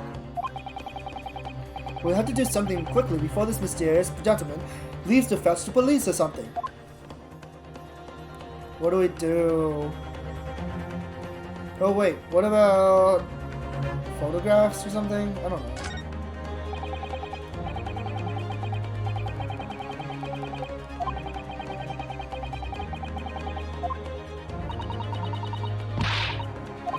How do we calm them down?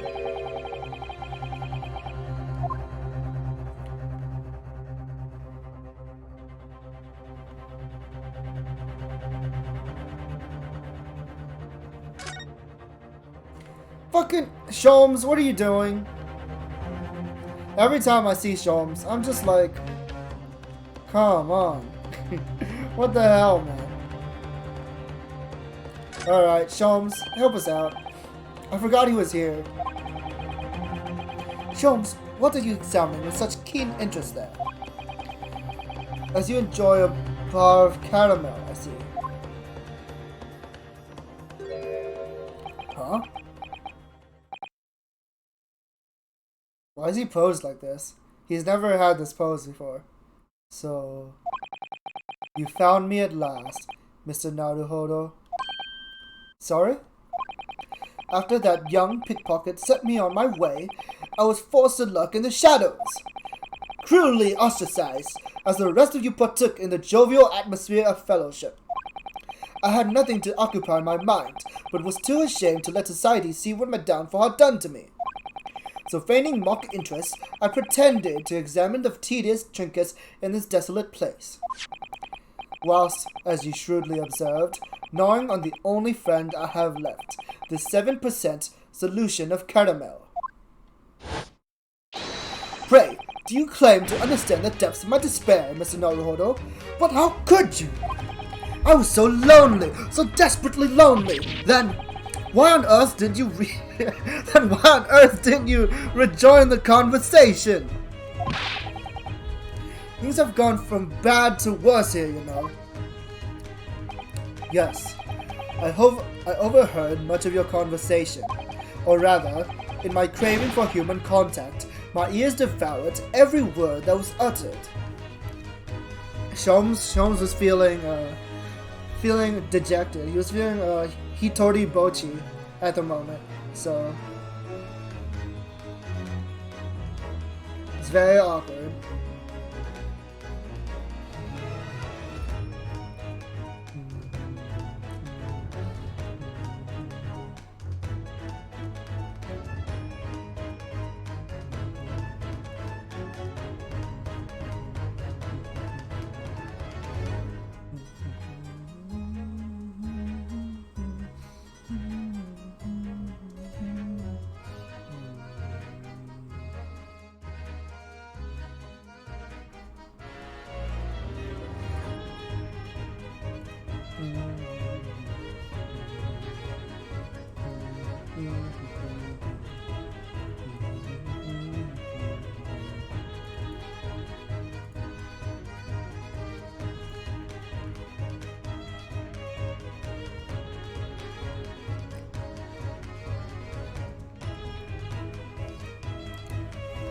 I got distracted by Twitter. You really were sad, weren't you? Poor Mr. Sholmes. I feel simply awful for you. It would seem that my inferences are correct. Oh? Surely you're not about to tell us that you solved the entire case once again. Oh no, not one of Sholmes' deductions. My dear madam, sometimes I wonder, were my genius for deduction to be commoditized? How much could I pawn it for? It seems Mr. Sholmes has had another one of his flashes of inspiration. But who knows if it will help to resolve the situation between Miss Lestrade and the mysterious gentleman. What's the right thing to do here? Of course, we gotta listen to the deduction, right?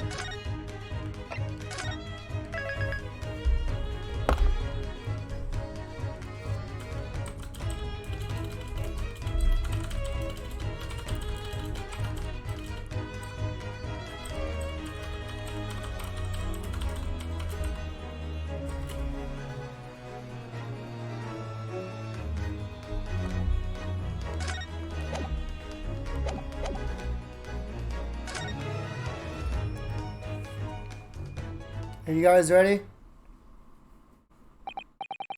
Well, Miss Lestrade, it would appear you find yourself in something of a predicament.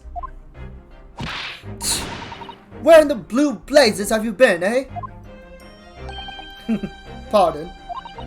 When a lady's in trouble, a true gent's supposed to be here to help. Straight away, not an hour later. Harsh. And who, pray tell, are you? Mr. Eggert Benedict. You have, in my eyes, a veritably encyclopedic array of curiosities about your person. Nevertheless, there are two immovable conclusions I have drawn. I beg your pardon. The first is this. The true reason for your visit to this pawnbrokery today is something you have not yet revealed. And the second is this. A considerable crime is in contemplation, one you will orchestrate with intent to steal a vast sum of money. Well, Mr. Benedict, what say you to my deductions? How?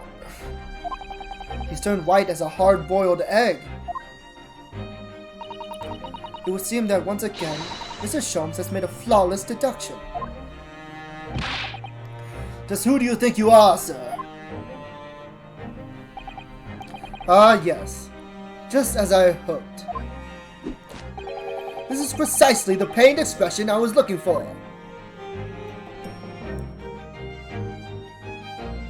So, shall we begin? The time has come for yet another Herlock Sholmes Logic and Reasoning Spectacular! The Great Deduction! The game is afoot! Topic 1. Mystery Man's Aim. First of all, we must ask ourselves... Shut up, he's not the protagonist! Get out! He's not the protagonist! First of all, we must ask ourselves on what business you ventured to this pawnbrokery today. Oh, thank you.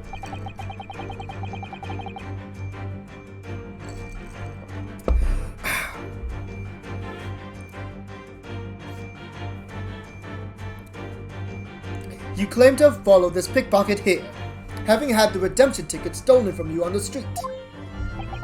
But that is most certainly a lie. The real truth is something quite different. As revealed by that which you hold in your hand.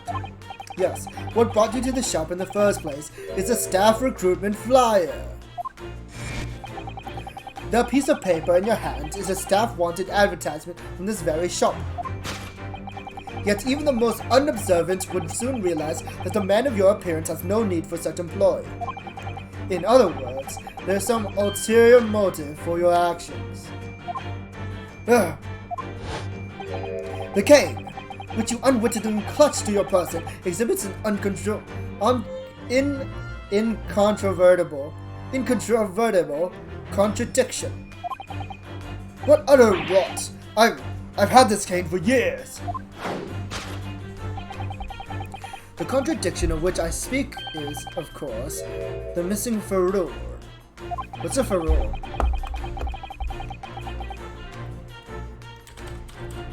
The end of any walking cane would be terminated with a metal ferrule to protect the wooden tip. Ah, it's like a cap. Okay.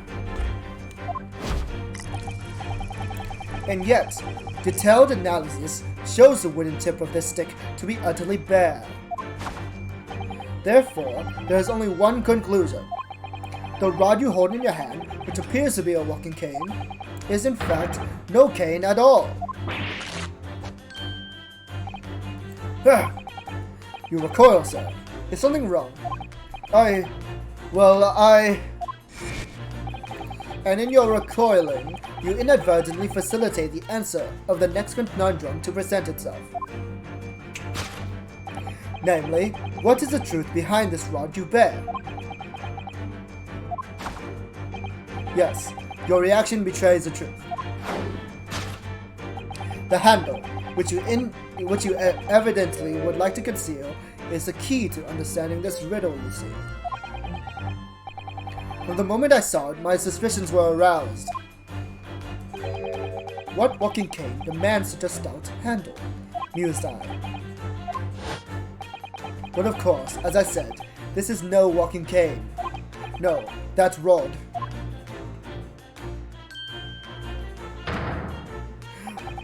Is the broken handle of a shovel. What? Are you insane? And now, having determined this undeniable truth, the conclusion is clear. Your true motive for coming here was to take employment at this establishment in order to excavate the ground beneath the premises. What a calculated crime you have conceived, sir. A wickedly calculated crime. Conclusion. You tunnel underneath the pawnbrokery. Topic 2. Great crime. Now, Mr. Benedict, let us continue. For we must expose the details of this elaborate crime you have in the planning. This is utterly absurd. You suggest that I, a gentleman, intend to excavate the ground beneath this pawnbrokery with a broken shovel? What on earth do you propose I could find there?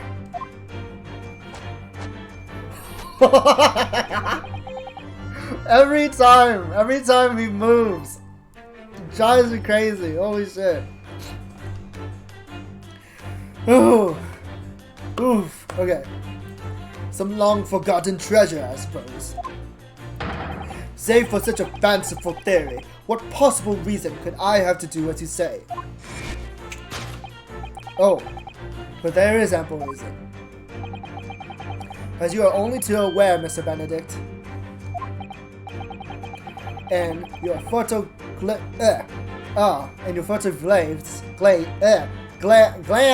glance is more telling than I could have hoped. What? Let us consider what would motivate a man to infiltrate a shop such as this and covertly dig beneath its floor.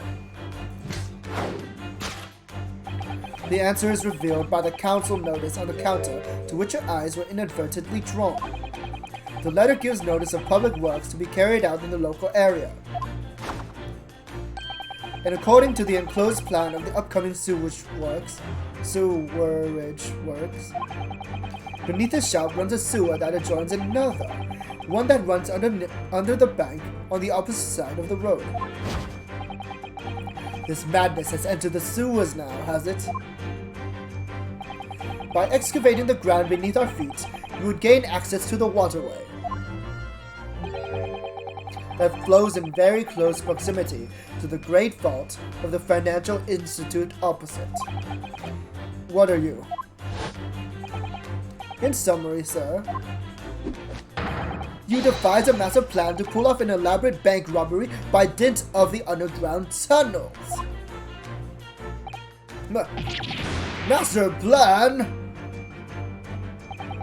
Which brings us at last to the final chapter of this lurid scheme.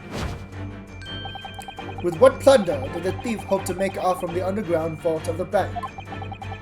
Are you quite serious? I know, right? It'd be interesting if he was right. Unfortunately, today is not his day. Having consulted with Scotland Yard some days ago, I happen to know the answer.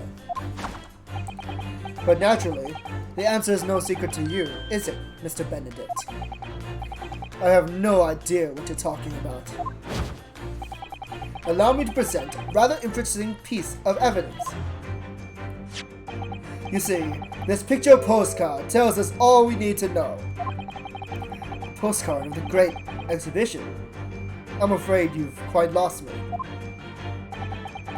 Currently in the final stages of preparation, the Great Exhibition will soon be underway, and the government has provided extra funds to complete its centerpiece, the the Crystal Tower. Funds that currently sit in the vault of the bank on the other side of this road. Pardon? Yes, the considerable climb you have been contemplating is the theft of that which sits in the vault of that bank, the special reserve funds for the Great Exhibition. Of course, that is top secret police information, so keep it under your hat, please. Conclusion. To steal the Great Exhibition's reserve funds.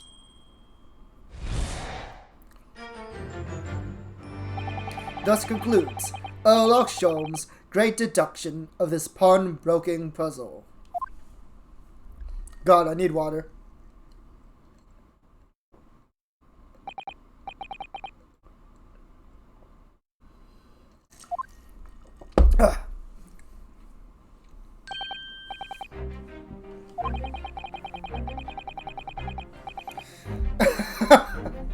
Loneliness.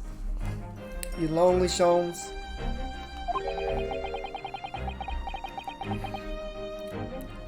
I think Sholmes just spilled way too many beans about something he wasn't supposed to talk about.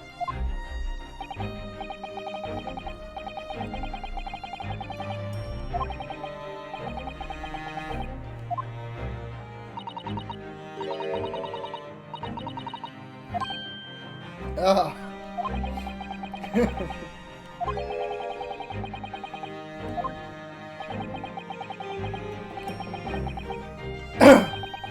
The man is a criminal.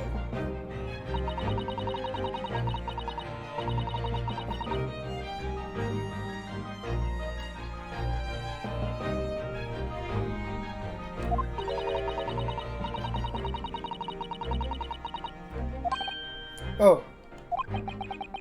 Or if he doesn't, maybe Mr. Winterbank will. He already has plenty of shovels here after all. Oh my life, I assure you I'm not so unscrupulous. Well, hopefully this has taught you a valuable lesson. Sensitive information must be handled with the utmost of care.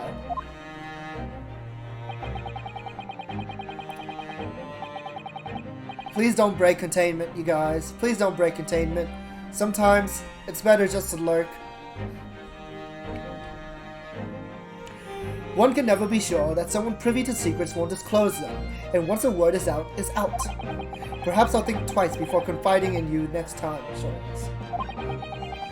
An excellent idea, Mr. Naruhodo. An excellent idea.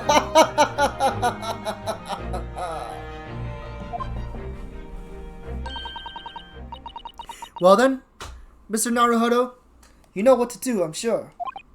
Yes, let's listen to that great deduction again, and see if we can massage it into shape. Very well then, let us start once more from the beginning. of Airlock Sholmes' magnificent logic and reasoning spectacular.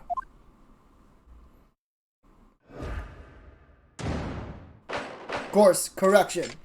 Hold it, Mr. Sholmes. Topic 1. Mystery Man's Aim.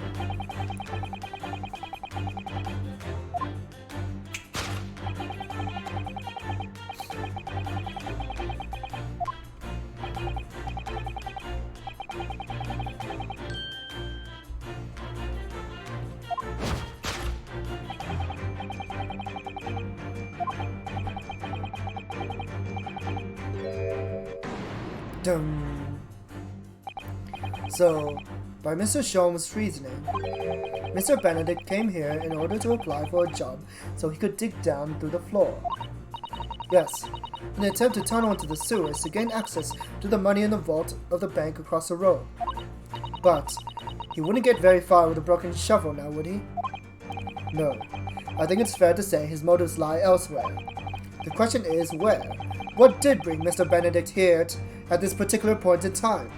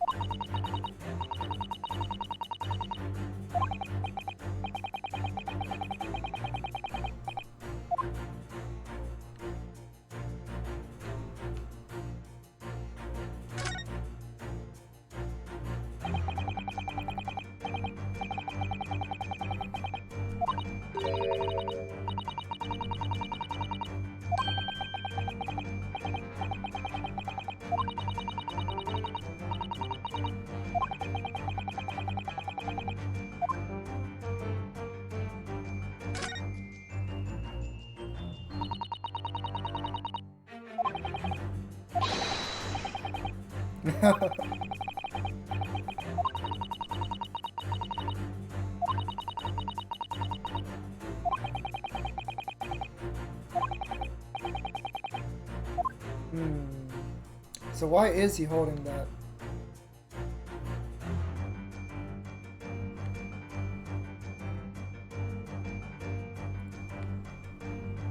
Shit. So hard to get the right angle. Am I supposed to get whatever he's holding on his back? The fuck?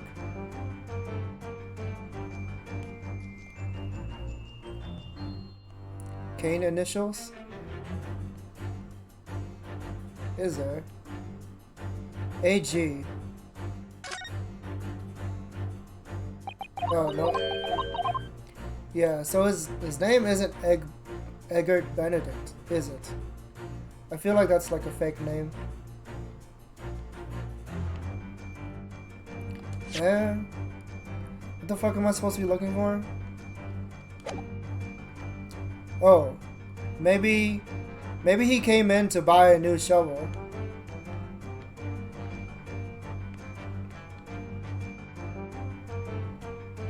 That's the only thing I can think of, because I don't see anything else I can examine. So maybe the cane is actually a broken shovel. Take that! Ah! Fuck! Fuck! God fucking damn it! This is the first time I've ever messed this up.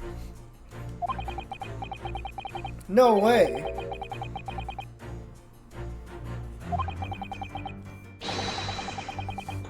Wow, this is the first time I've ever messed... Oh. Why is it doing this? Why does it keep, like, disconnecting? Anyways.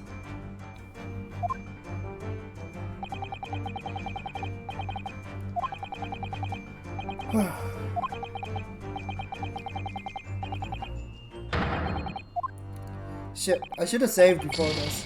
Ow! What the hell am I missing? I don't understand. There's like nothing else for me to examine.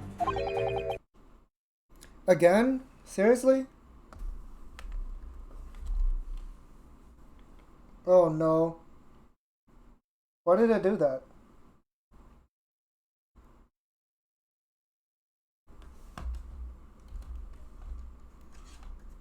Uh-oh.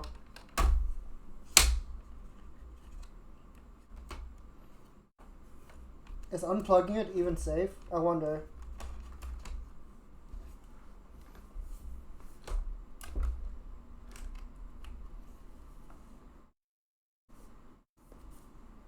Okay.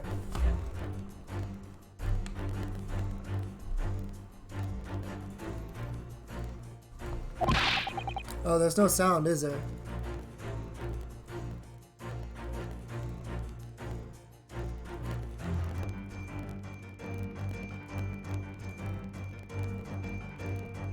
There we go. Okay.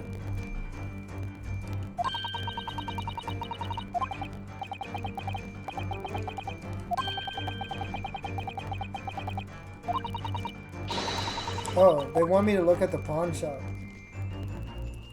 Right?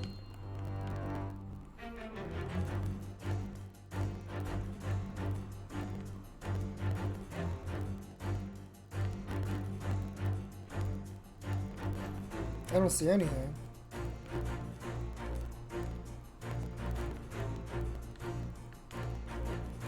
Why would you lie to me, game? Why would you lie to me?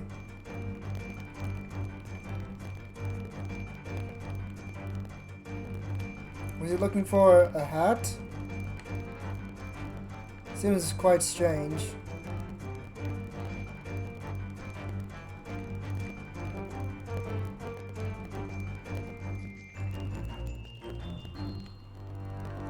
And I can't see what's in his hand, so what the hell am I supposed to look at?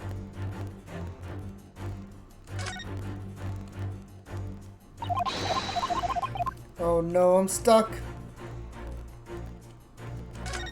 I've never been stuck here before.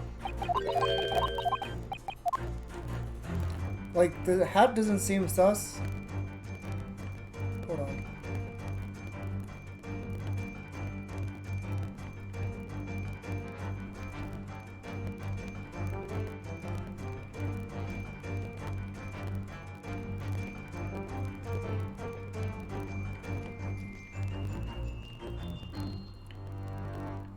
Oh.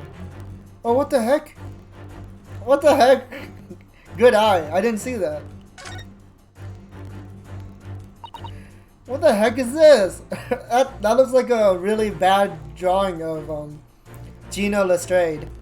Yeah, it's her.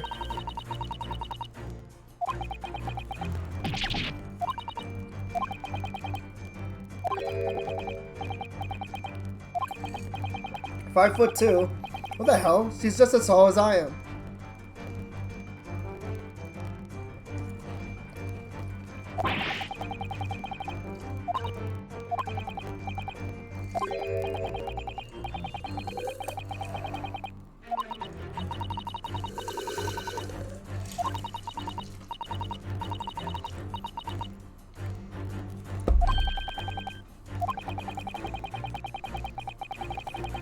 Why would he have all that information? Take that!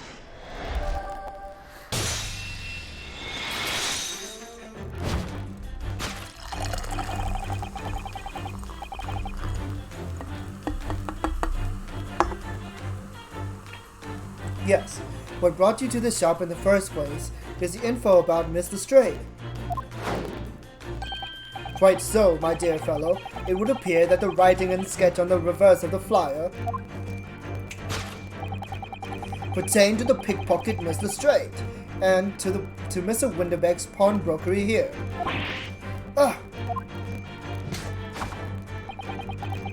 You originally told us... Oh, thank you.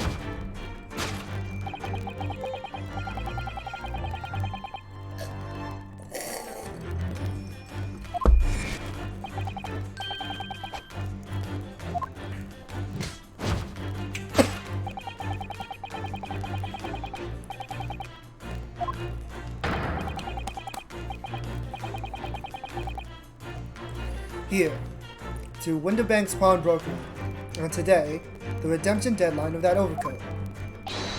So you waited outside for the young girl matching the description you have written down to arrive. And you've gone to some lengths to hide the reason for your pursuit of Mr. Strayed. In other words, there is some ulterior motive for your actions.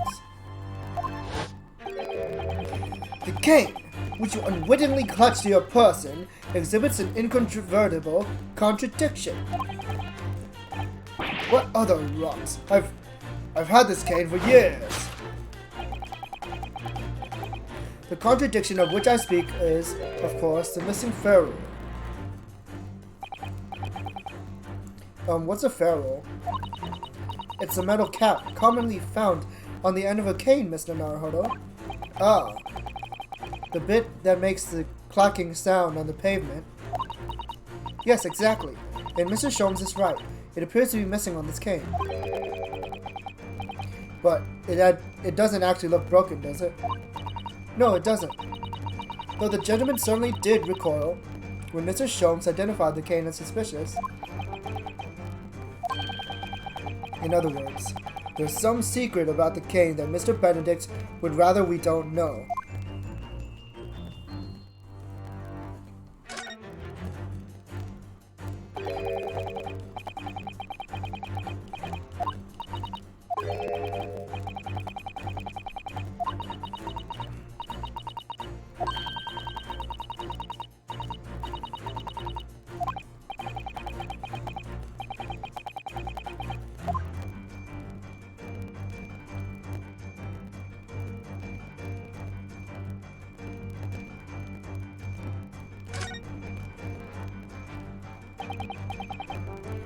Look here, Mrs. Sato.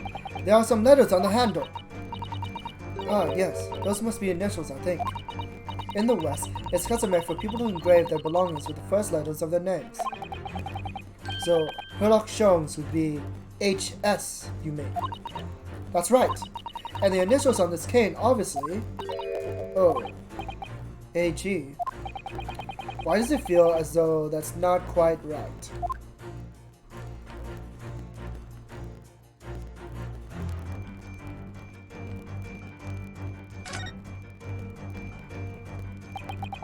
The end of this cane is just bare wood. Yes, and according to Mr. Sholmes' deduction, this is where the shovel blade would have been attached. Couldn't it have been that the tip fell off? I'm sorry, Mr. Naruhodo, but I couldn't possibly speculate.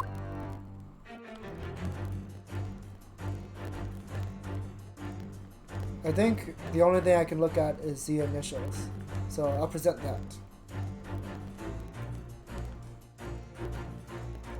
Take that! Take that!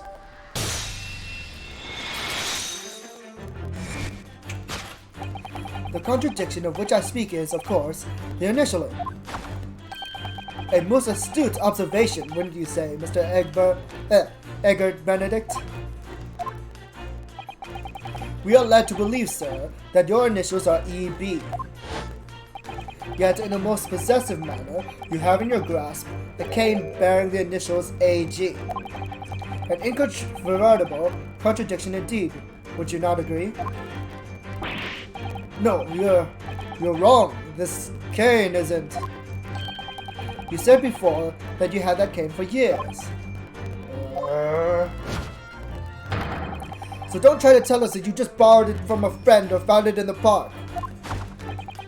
In short, though you hold yourself to be a gentleman, you have withheld your true name. Ugh.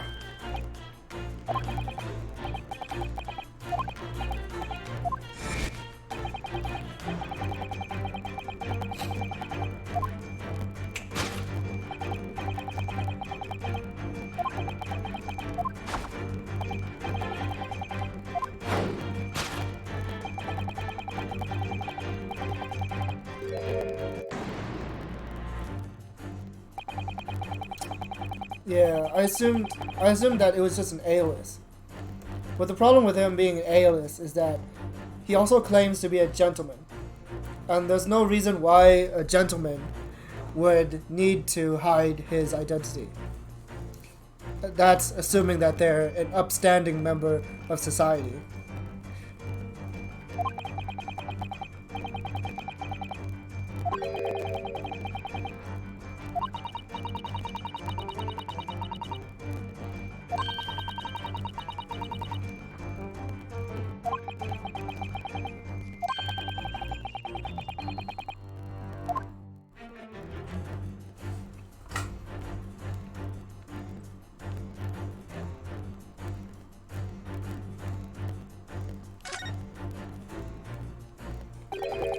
is a rather strange handle for sure.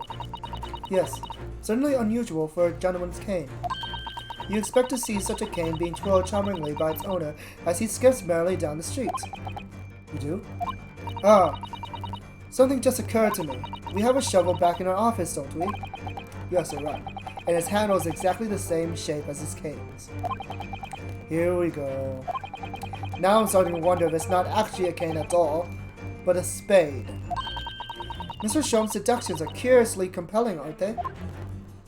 I never thought that shovel in our office would like be so important.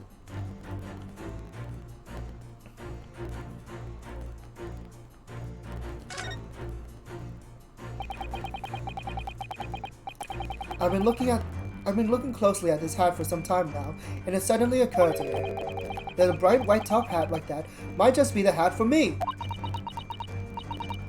You like it, do you? I think I do, don't I? Well, in that case, you could see if there isn't something similar among Mr. Winterbank's forfeited items. After we've concluded our investigation, we must focus on the task at hand at the moment.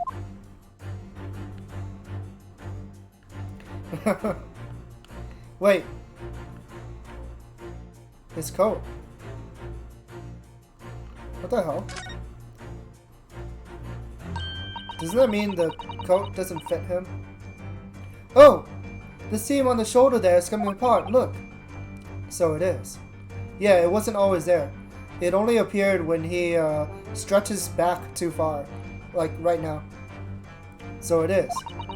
Do you know, a moment ago, when Mr. Benedict was surprised by something that was said, I thought I heard him make a rather strange noise. It sounded a bit like a tiny growl. But now I think it's probably the sound of the seam ripping open. If you look closely, it does seem to be a very tight fit. The sleeves are stretched to bursting, and he wouldn't have a hope of fastening it at the front. If he were to run around in it, I'm sure the whole thing would fall apart. That I'd like to see. Sorry? So how can we make Mr. Benedict run around? She's really giving this some thought. Lewd? What are you thinking, girl? Alright, so I think that's what we're supposed to present. Take that! Take that!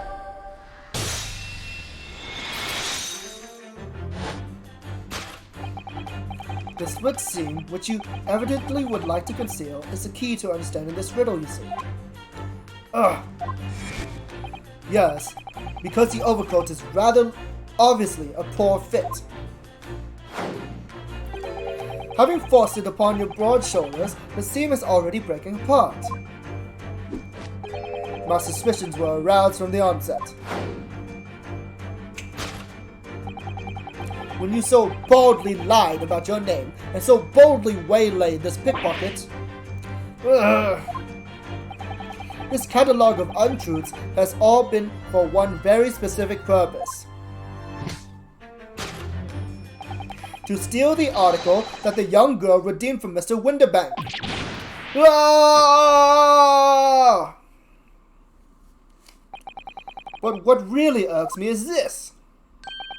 The considerable crime I initially imagined has been considerably curtailed. Conclusion. To abscond with a redeemed item. Topic 2. Great crime. Now, Mr. Benedict, let us continue. For we must expose the details of this elaborate crime you have in the planning. This is utterly absurd. You suggest that I, a gentleman, designed the wheeze to filch some tawdry article of pawnage. Have you forgotten that I redeemed the article in the proper manner using the watchword?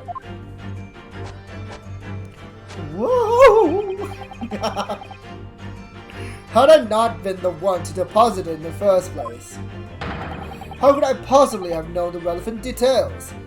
N'est-ce pas? Oh, but the watchword can be discovered. As you are only too aware, Mr. Benedict, Ah, and your furtive glance is more telling than I could have hoped. What? Let us consider how one might come to learn a secret watchword relating to the property of another.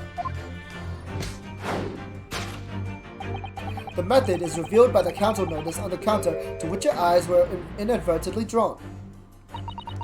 The direction of the deduction must change rather dramatically now, I think. Yes, no more talk of tunneling into the sewers. Which is a pity, because it all sounded rather exciting. Anyway, you can't deny that this mysterious gentleman did know the watchword. Yes, Professor. If you didn't know that word, Mr. Winterbank would never allow you to redeem the article.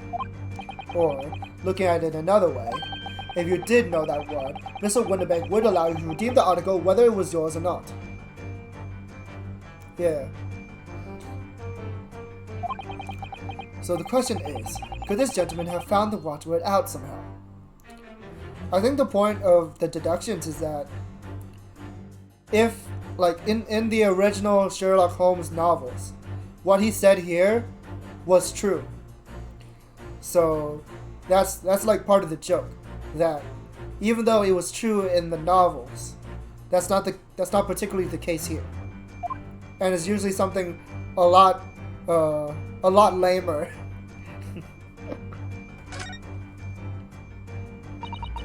Baker Street Works is the title. Yes, and it does mention sewerage works, as Mr. Sholmes said. Oh, and specifically mentions that tonight's sale at the confectionery shop on the corner won't be affected. Case solving first, confectionery later, Mr. Naruhodo. Ugh, curse my overtly expressive face.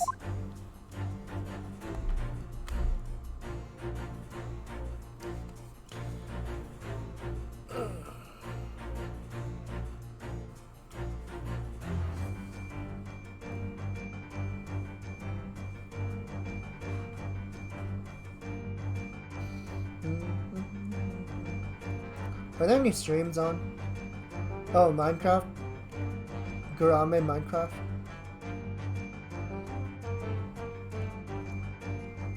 Oh, Finana Selen Apex? Oh boy. I love Apex. Oh wait, no, that just ended, actually.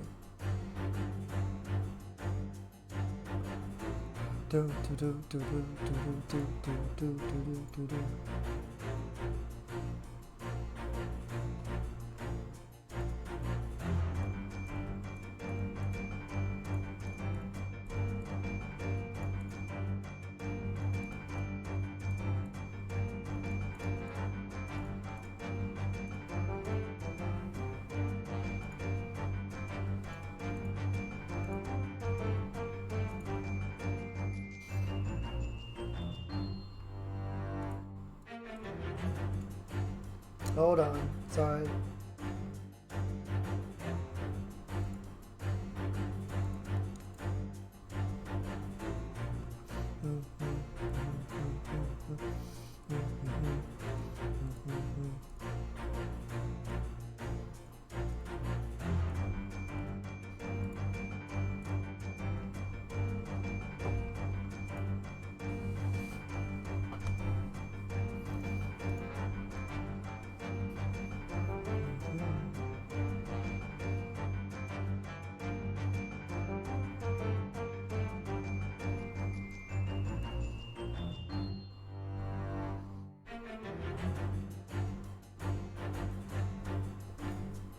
Is anyone watching the Gurame Minecraft collab?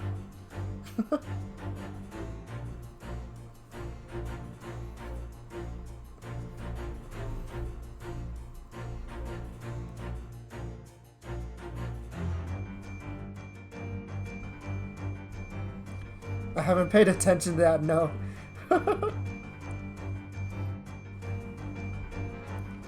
I'm just curious.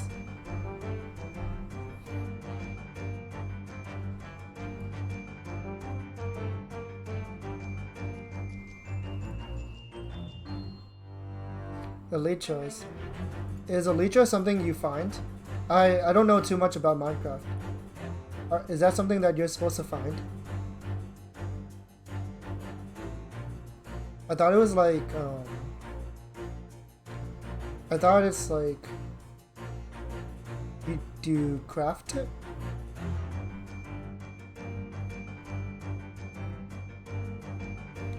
Ah, wings found only in the end. Is the end, the lava place?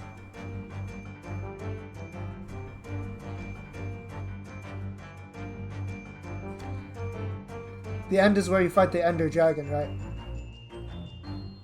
I also missed that collab.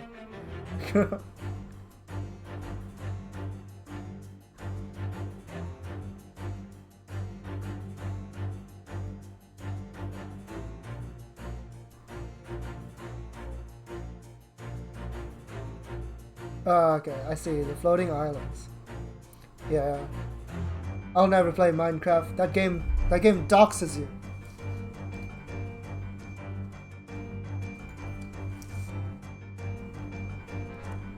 Oh wait, is my stream lagging? Hold on.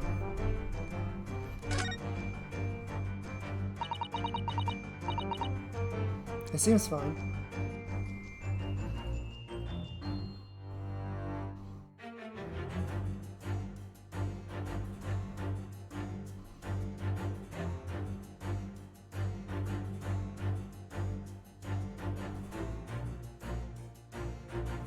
Okay. Anyway, sorry about that. Baker Street Works is the title. Yes, and it does mention... Oh wait, I already read this. Okay. Old lamp. Wait, whose cat is that? This looks to be quite an old lamp, but it's obviously been well looked after, and there's oil in it too. In other words, it's still in use. Yes, it would appear so. But as for how it could be related to Mr. Benedict knowing the watchword for the pond article, I have no idea. That makes two of us. Oh, we can't look at the cat. Nope. Look at this, Mr. Sato. Ah, it appears to be a memo that Mr. Winterberg has scribbled himself. Let's see. What does it say? Oh, Professor!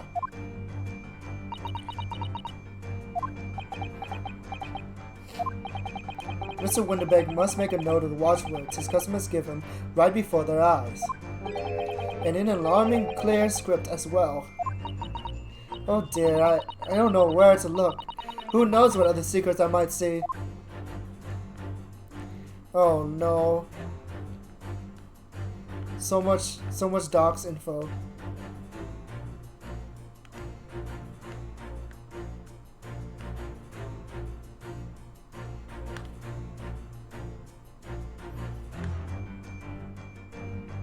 Alright. Let's go. Take that! Take that!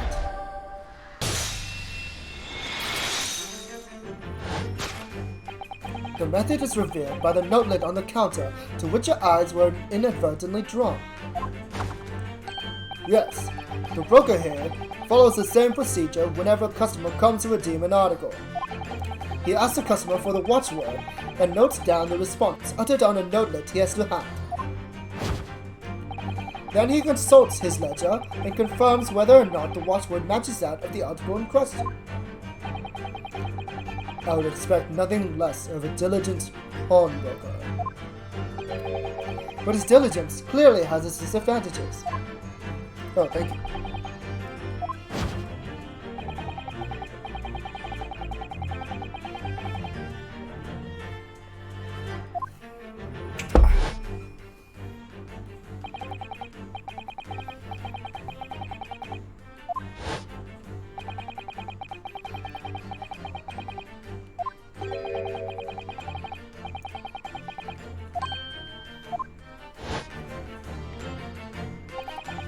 And that, sir,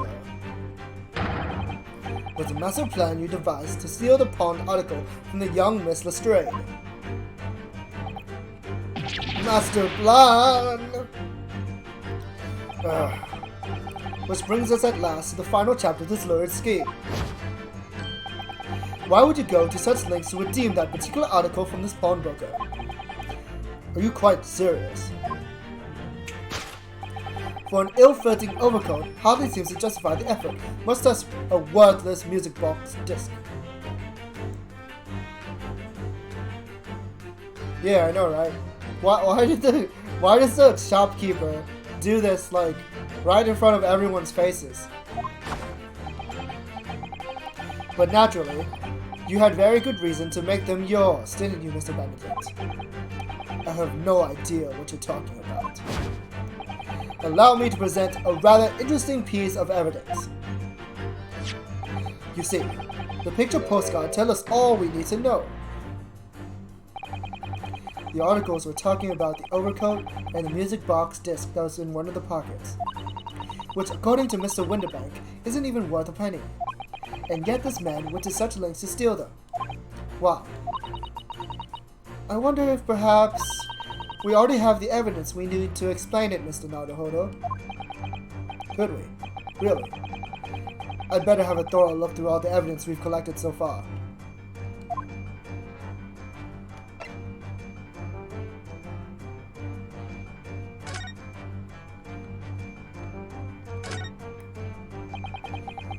Look at all the little bumps on the disc. They're so tiny.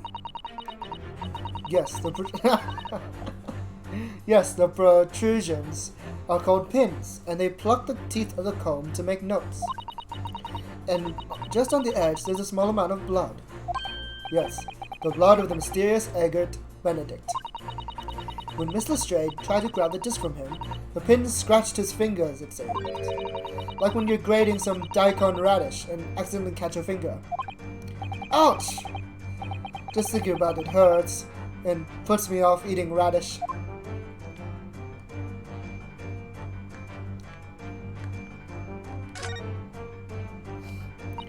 For Mr. Gilden. Oh, there's a little scrap of paper stuck to the reverse side of the discus. Oh look, there's a little scrap of paper stuck onto the reverse side of the disc. Look. I know, right? The plot thickens. And a scribbled word or two. It looks like somebody's name. For Mr. McGilden. Or rather, for McGilden. McGilden? It couldn't be. But it is, Mr. Naruhodo. A name I shall never forget for as long as I live. But why? Why is his name on this? The music box disc's information has been updated in the court record. Music box disc. A metal disc used to play music in a mechanical music box. On the reverse side is a note that reads, "For McGilden."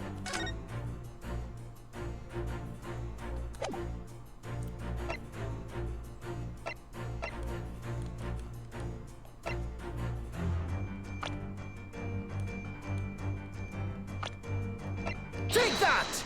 Take that!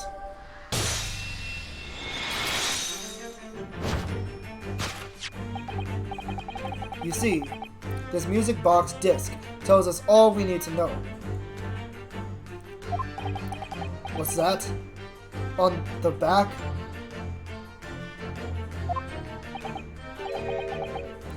It reads, "For McGilden." Ah! Mr. Magnus McGilden, the unfortunate philanthropist who perished in the curious circumstances at the Old Bailey 2 months ago. A prominent man in London, though his loanmongery demonstrated a distinct lack of scruples.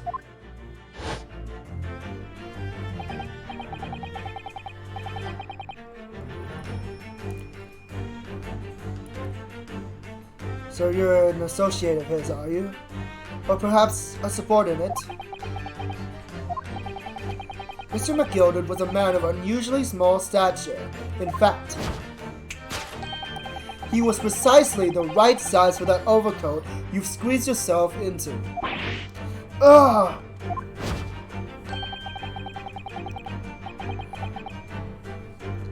Your true identity remains shrouded in mystery, Mr. Eggert Benedict. But the final conclusion here is crystal clear.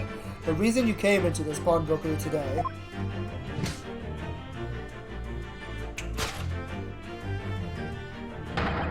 was to retrieve an article left behind by the late Magnus McGilded.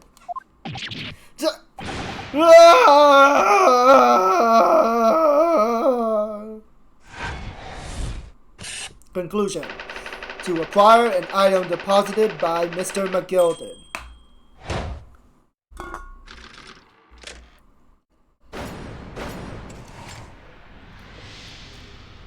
Deduction complete. Elementary.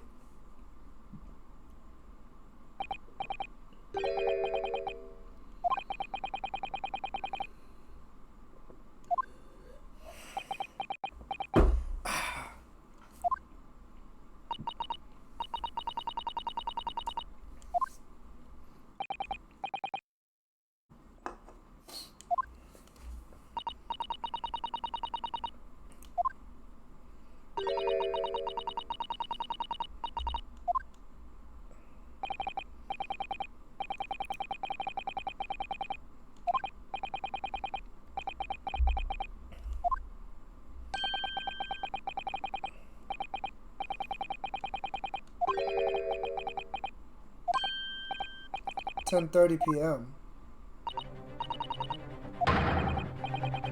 Yeah. How did Mr. McGilded deposit this coat, but was at the omnibus at the same time?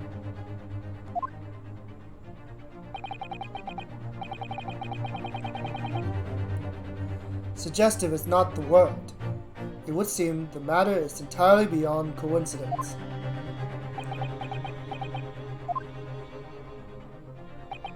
You are, of course, at liberty to make whatever outlandish deductions you choose, however. What?! I must insist you hand over the music box disc now. Huh. It'd be a terrible shame for you to return to your native land in a box. What do I do? If I say no, he'll shoot me. What do I do? Fuck you. There are some things a man must protect at all costs. This may well be one of those things. Use the sword and cut the bullet in half. Cosmo didn't teach me. I didn't learn how to use a katana in the lawyer book. Hold it! Hold it? Oh shit! It's a gunfight.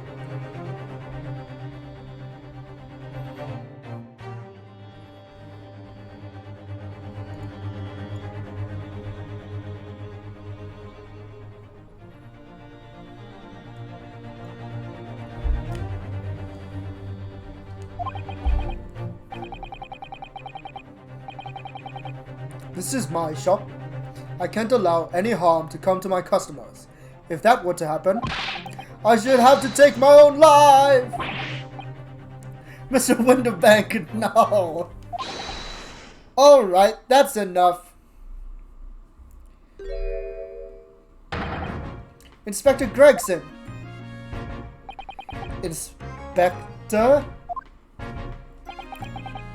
That's right, Sunshine. The alarm was raised on one of our dedicated emergency lines. So we got here as fast as we could. Now, what's all this about, eh? Oh, praise be, you're here at last. I was moments away from forfeiting my own life in my very own establishment.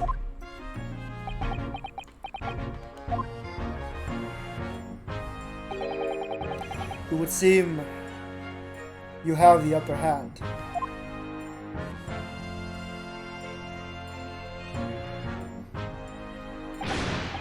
Right, you lot have got a lot of explaining to do. I don't appreciate being bothered with some petty argy-bargy. Party? Mr. Winterbank very nearly met with his end. Yeah, by his own gun as far as I can tell. Oh dear. And the whole Britain could meet with its end if I don't get to the bottom of this case I'm supposed to be working on. What on earth is this case, Inspector? Spare no detail, Gregson. I might have said a little too much. No matter. Has nothing to do with you lot. Anyway, sir, you're going to have to come with me down to the station. But, of course, Inspector. Wait! He's making a run for it! Get him! Get after him, lads! Whistle the beat officer, too!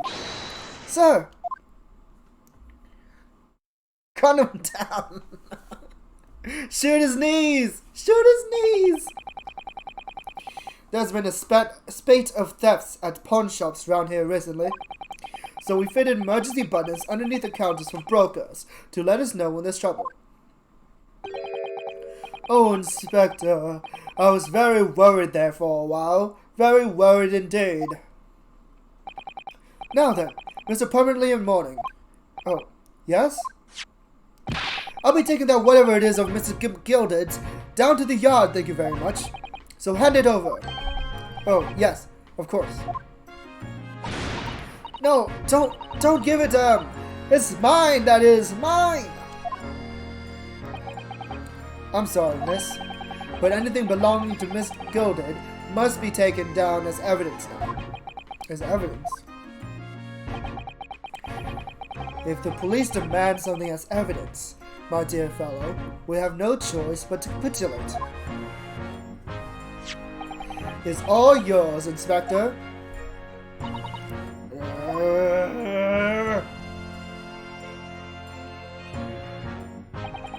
And so, we handed Mr. McGilda's disc over to Inspector Gregson, and were summarily turfed out of the shop and onto the street.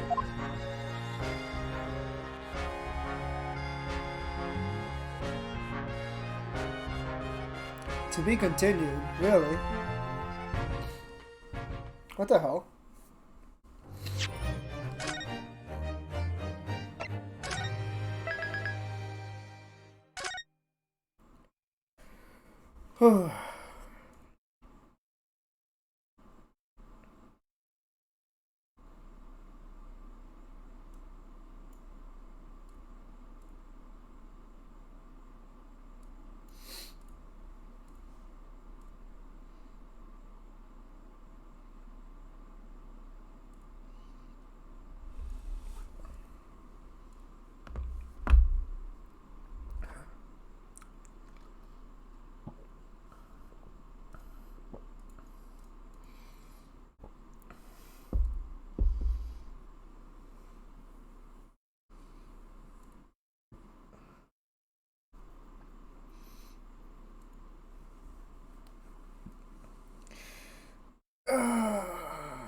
Alright. I think it's time for a little break. So, I'm gonna stretch, refill my water, etc., etc. You know how it is. And we'll be right back for some more Ace Attorney.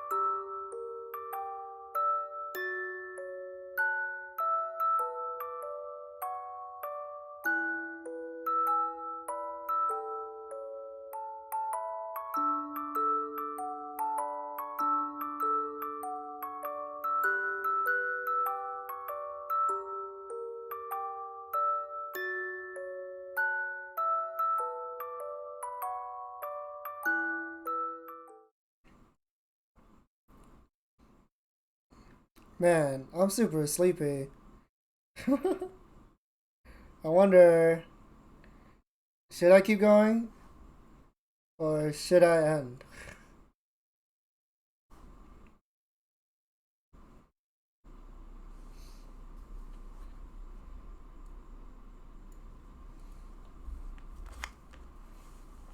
Oh well, let's just keep going. Lamau. Up to me. Yeah, I know, it's always up to me. Hey, Till. I didn't even know you were here. She does look fancy with that coat. Oh, I was gonna get food, but my mom already cleaned up everything. And I don't wanna go and take it back out and reheat it, so I didn't get anything. Instead, I did get ice cream though. You've been in and out. Yeah, that's fine. Do what you gotta do, right? I've been like staying up super late lately, like by accident, because I just get distracted doing something. So I'm like really sleepy.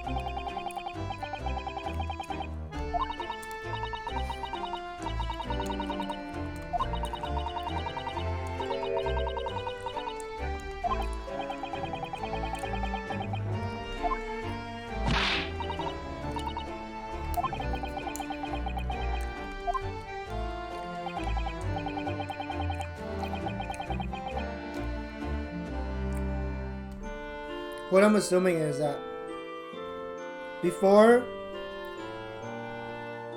Magilda died, he told the girl to retrieve the items for him on the day that it would be expired or whatever.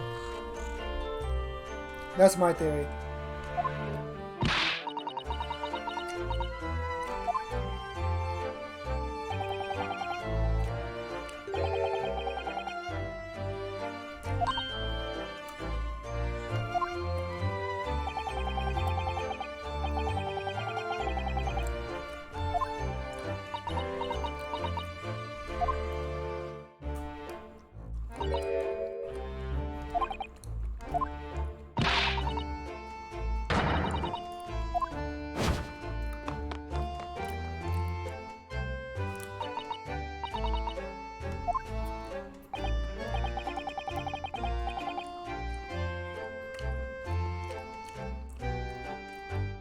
Come back.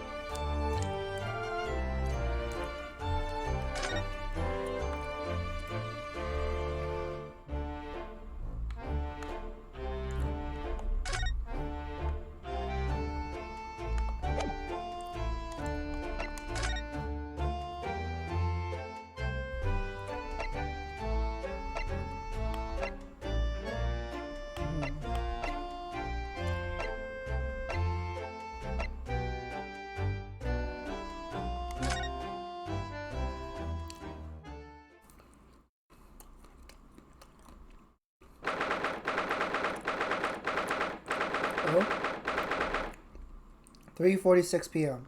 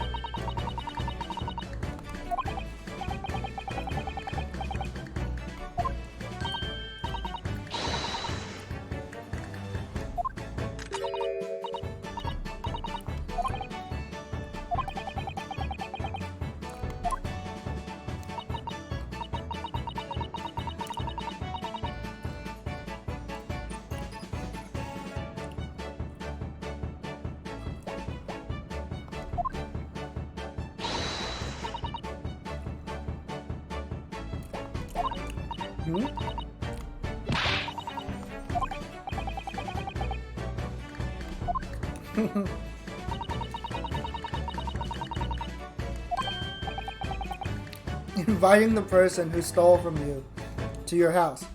Oh shit! My ice cream!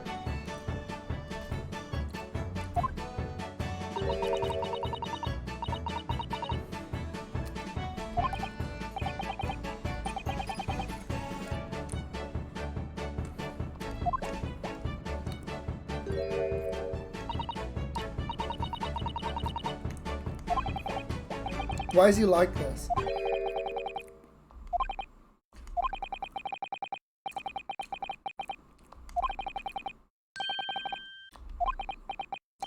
He has his violin back. Why is he like this?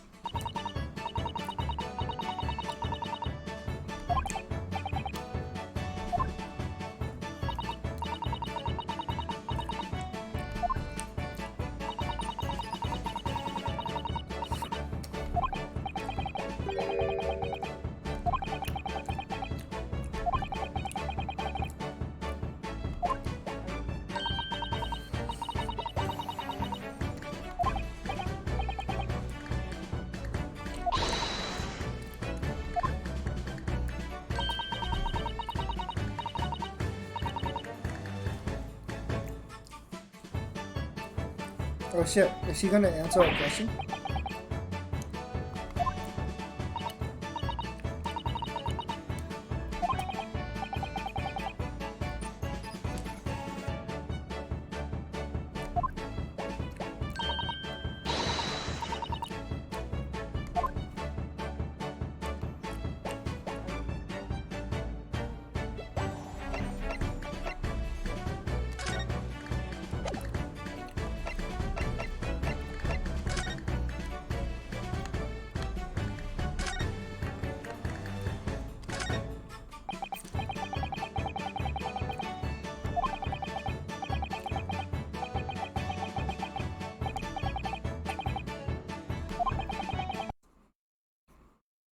Hey! Hey! Okay, we're back.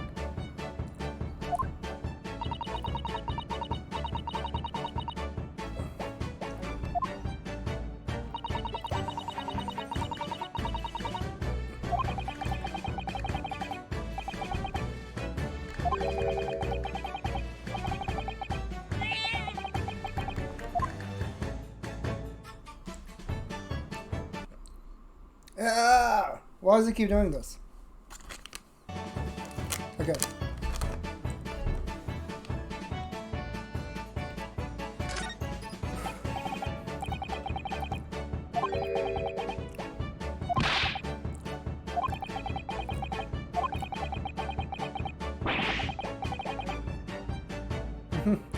What did you expect the name of the cat to be renamed to?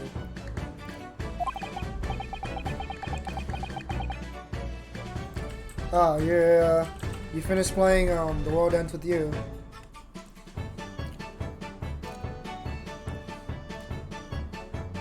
I mean, they kept Natsume Saseki, right? So I think the name is fine. Yeah. Wagahai.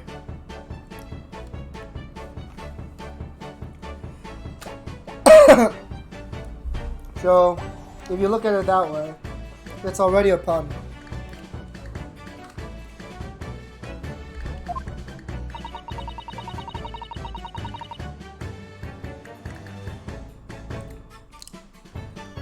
So earlier we met a new character, and their name is Eggert Benedict.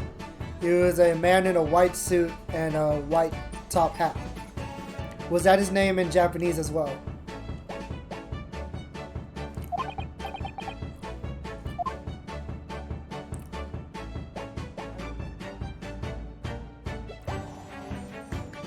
Oh, okay. Interesting.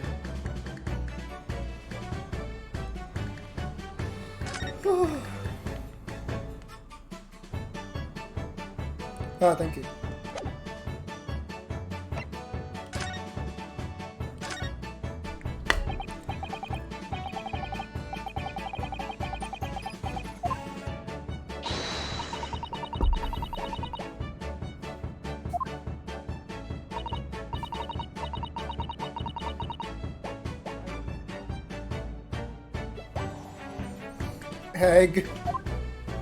Egg Benedict? Oh god, now that's a name.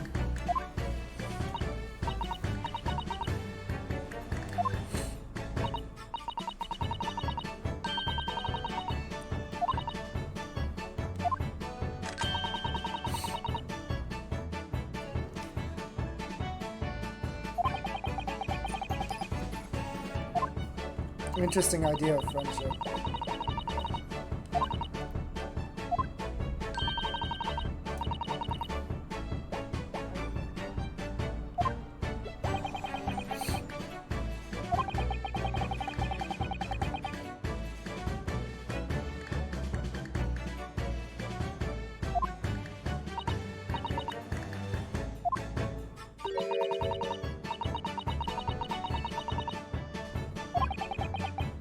Poor Hurley.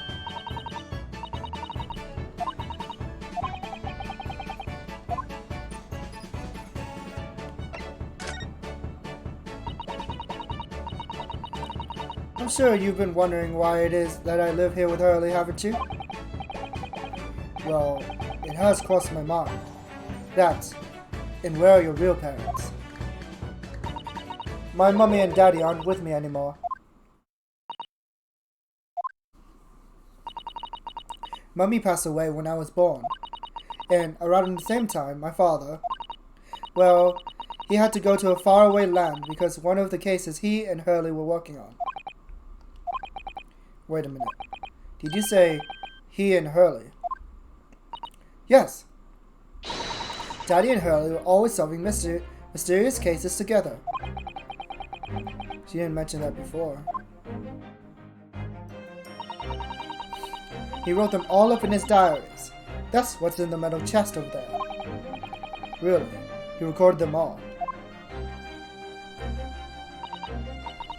So, you mean it's true? Mr. Sholmes really did have a partner with whom he tackled some of his most taxing cases. Oh yes, I mean, it's always nice to have one, isn't it?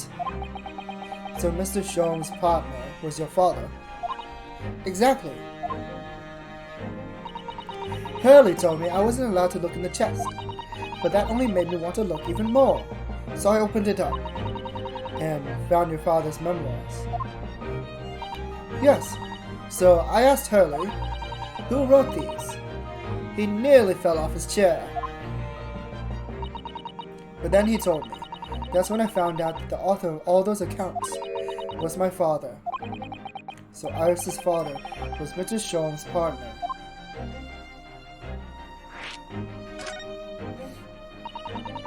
I practically lived with Hurley all my life. I was tiny when he took me in. So, it came as quite a shock when Hurley told me he wasn't really my daddy anymore. It must have done. I wonder why Mr. Sholmes chose to tell you, and at such a young age. Hurley says it's because he wouldn't have been able to hide it from me. Oh? Well, Having lived with Hurley all these years, you might say that his ways have rubbed off on me. There are some things I can just see. Especially lies. I almost know when people are lying before they open their mouths sometimes. Right. Anyway, I was so fascinated when I read Daddy's diaries. That's what inspired me to write The Adventures of Herlock Sholmes, actually. I'd always assumed Mr. Sholmes simply told you all those thrilling stories. Oh no, Hurley's hopeless like that. He forgets everything. As soon as he solved the case, it all but vanishes from his mind. Oh, I see. The other day, it was so embarrassing. As usual, he totally forgot about the case he had just solved. So the very next day, he gathered together all the people involved and proceeded to solve the case again. It was quite a shock for everyone. You can say that again. You share your father's surname, don't you, Iris? That's right, Wilson. Daddy is Dr. John H. Wilson. I learned from his diaries that he's a doctor of medicine, you see. That's what prompted me to study and study so that I could learn a doctorate as well. Iris' father, who went to some distant land, and is a doctor by the name of John H. Wilson.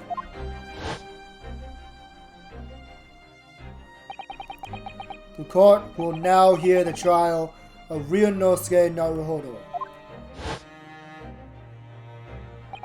Kindly state before the court the name of the victim in this case. The victim's name was Dr. John H. Wilson. That's right. Visiting professor of medicine at Imperial Mei University. And the man who, in the most bizarre of circumstances, lost his life before we left Japan.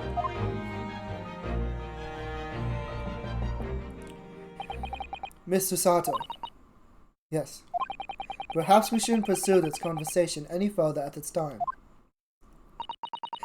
I think that would be for the best. Ah, my dear fellows, how good to see you. Mr. Sholmes. Whatever did you not make your presence known to me before? Well, no matter now. So how the devil are you? We've been with you for most of the day. Goodness, really? Do tell me, Mrs. Sholmes, is your violin unscathed?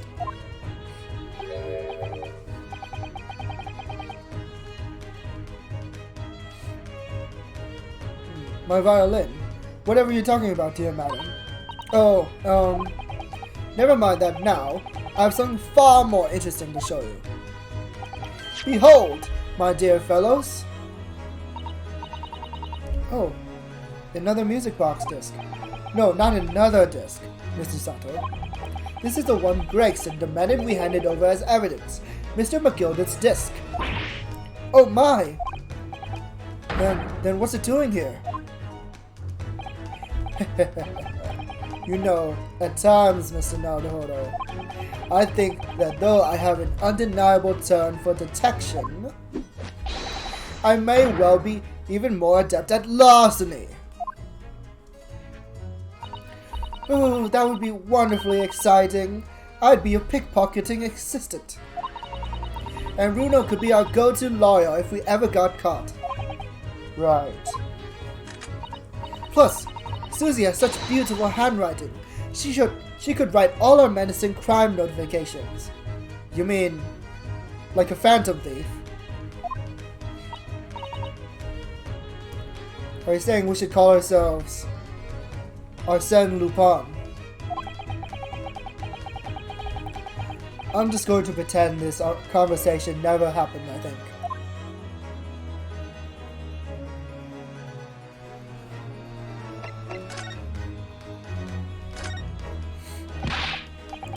I must stop you there, Mr. Naruhodo.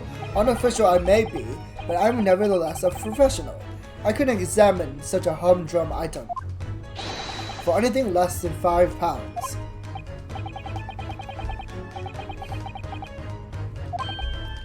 My dear fellow, as a professional consulting detective, I couldn't possibly venture in an opinion. For anything less than £5. Are you perhaps hoping to purchase a new telescope in the near future, Mr. Sholmes? Indeed I am. As you know, it has long been an ambition of mine to discover a new star and name it for myself. Because your earthly stardom isn't enough.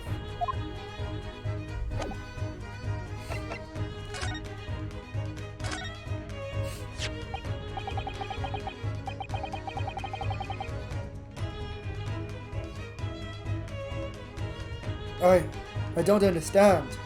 How did that disc come to be in your possession? I thought Inspector Gregson took it back to Scotland Yard. Quite correct. And that sort of uncompromising attitude is precisely why I always carry some of this. That's a bar of caramel, Mr. Sholmes. Your one and only friend in times of loneliness, if I'm not mistaken. If you will humor me, my dear fellows, cast your minds back to when the good detective confiscated the disc.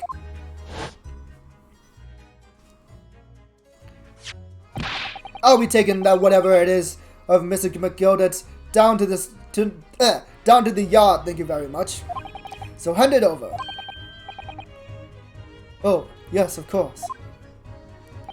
If the police demand something as evidence, my dear fellow, we have no choice but to capitulate. It's all yours, Inspector.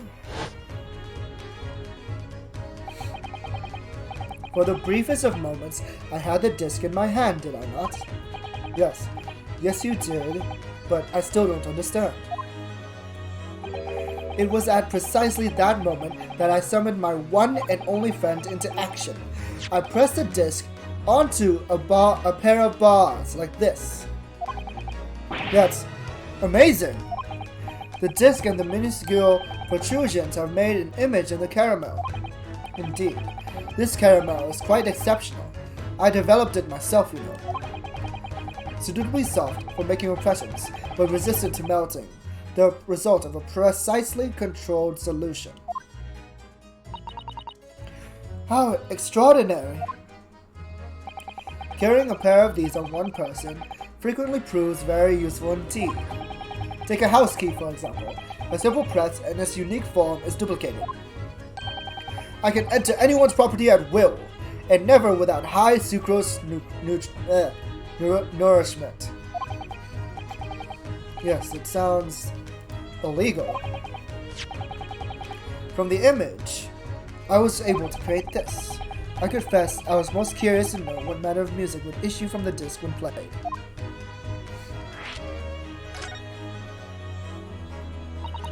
Do tell us then, Mr. Sholmes, what music does the disc play? Well, unfortunately, I have no idea. No idea. None whatsoever. Are you familiar with the workings of a music box? My dear fellows. No, I'm afraid not. Goodness, you don't know, Runo?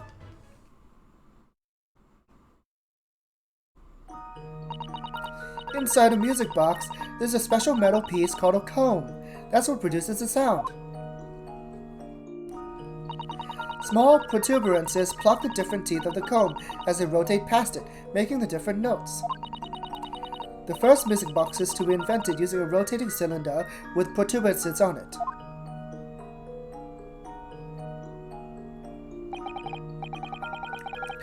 But over time, a new type of player was produced, which uses discs such as these. With that development, the popularity of music boxes spread far and wide, all around the globe. Why, exactly? Because the discs are easy to produce and can be interchanged to facilitate the playing of different tunes. There are a great many firms in Europe now manufacturing music boxes as a result. It is wonderful to be able to enjoy music, even when no performer is present. But it is the very success of the invention that means we are now presented with an insurmountable problem. What do you mean? As you may imagine, the construction of one firm's music box does not match that of another. We have no way of knowing in which music box this particular disc was designed to be played. There is no resolution to this problem, I'm afraid. It is quite intractable. Ah, I see. So that's why. Naturally, I tested the disc in those few music boxes I have in my disposal. But as you can hear, to no avail. The results were equally unsatisfactory in this one. So, I am presently engaged in acquiring an example of all the music boxes ever made in Europe. Every single one? That's Hurley for you. Always taking things too far. But, my dear girl, an unsolved riddle is quite repugnant to my constitution. But surely all the different types in Europe will amount to a huge volume of music boxes, won't you? Won't it? Yes, that is certainly true. In the worst case, I shall just have to ask you to vacate the attic room. What?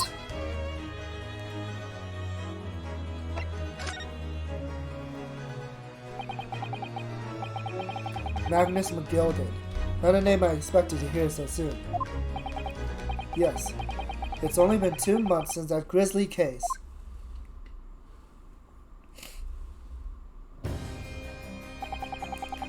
Mr. McGilded perished within hours of the trial's conclusion. Was it the curse of the Reaper? No one knows still now. The omnibus was reduced to a pile of ash. Not a shred of evidence remained. And with the man's death, the truth about the murder in which he was so intimately involved with was buried. What a nutter. Even though we successfully established Mr. McGilded's innocence in the trial, the newspapers are still claiming that it remains an unsolved case.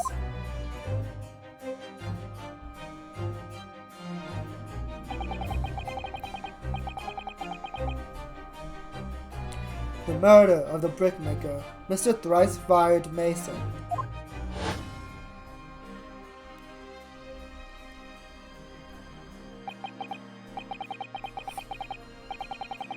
In the end, the truth of the matter remains a mystery. We still have no idea what really happened that night.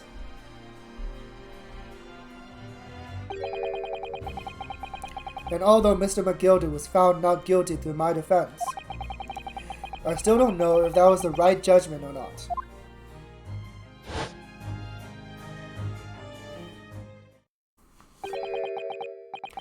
It would appear that the case is not yet closed.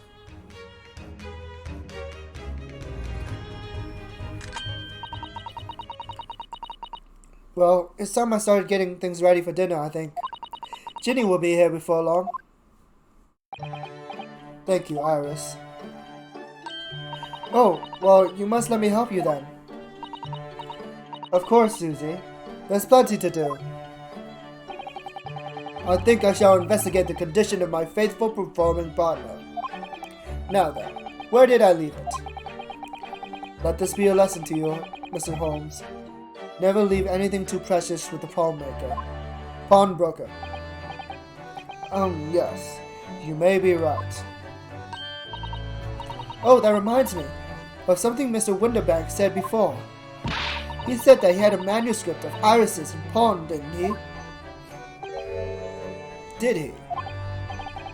Yes, he definitely mentioned it. Mr. Sholmes' latest tale of otherworldly mystery lies dormant in my storeroom, were his words, I believe.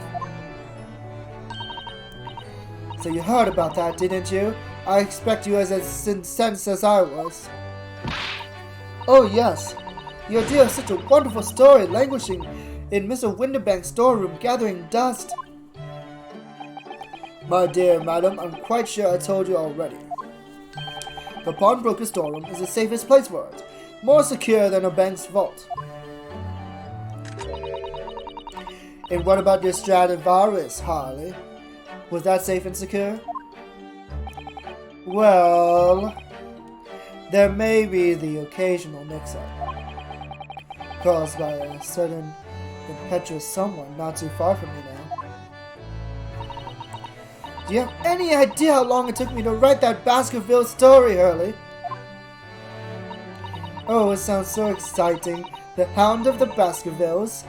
I should love to read it. Wait, what? Huh? Ah!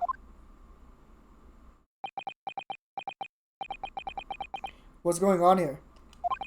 Why does it feel like an icy chill just swept through the room?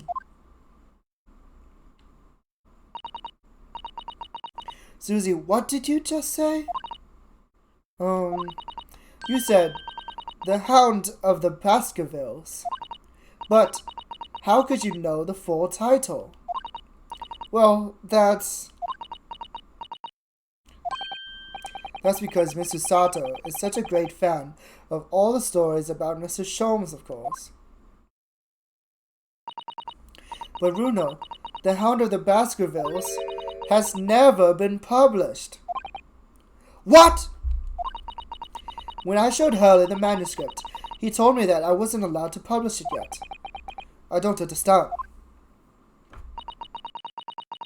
That's why he said that he'd keep it safe, until it was the right time for the story to be made public, you see. So that's why the manuscript is at the Winterbanks? And yet, how could Susie here know its full title? Well, Hurley, what's going on?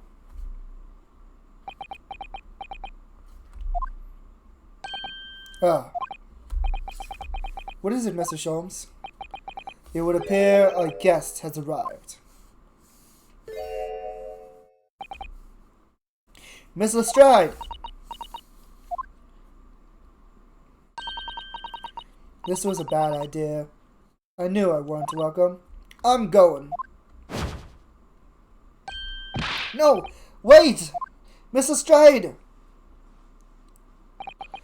We've all been eagerly awaiting your arrival.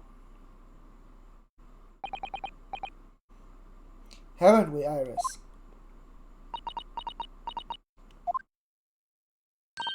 Oh yes, just wait here, Jenny.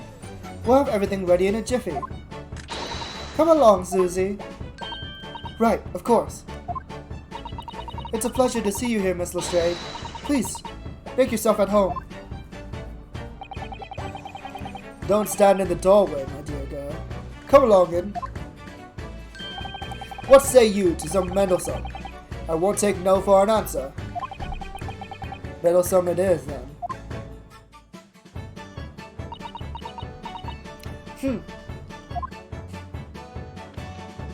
It's Wagga High. Meow. That evening, Iris prepared us all a meal that was even more delicious than usual. Mrs. Sholmes' violin performance was in no way meddlesome, and Gina, as we all came to call her, taught us how to steal things from one another without being noticed. Everyone thoroughly enjoyed themselves well into the night.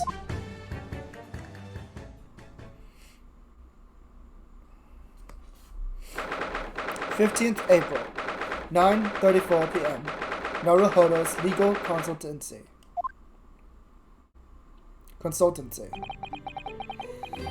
That was a very enjoyable evening, wasn't it? Oh yes, Iris's cooking was truly divine. And I feel as though I can still hear the enchanting strains of Mr. Sholmes' violin even now. Best of all, I bet I could steal the glasses from his lordship's face the next time we're in court.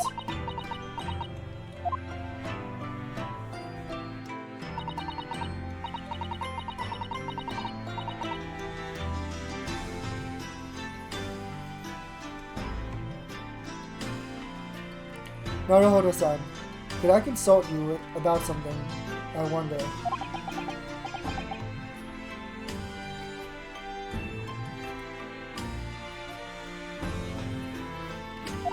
What's the matter, Susato-san? It's about the telegram I received. Ah, the one that arrived first thing this morning, I said. I've been summoned. What? No way! Summoned? What do you mean? The telegram was from the Lord Chief Justice's office. Lord Strongheart has asked to see me. The Lord Chief Justice? When? Tomorrow morning. What? Then we have to start preparing at once. Oh, no, that won't be necessary, Naruhodo-san. I've been summoned alone.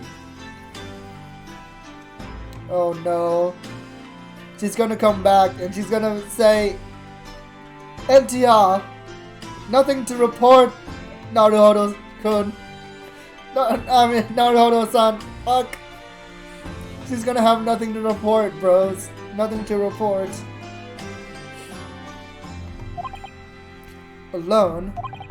What on earth for? I have no idea.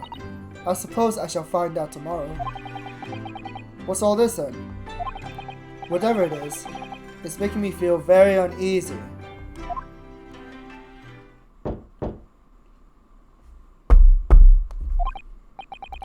Oh, who could that be, I wonder?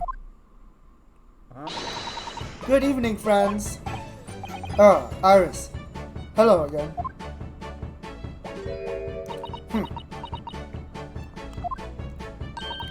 And Gina, too. Yes, Ginny's going to stay with us tonight. She's going to sleep in with me. Isn't that right, Ginny? Well, yeah. How lovely. Let me make a pot of tea.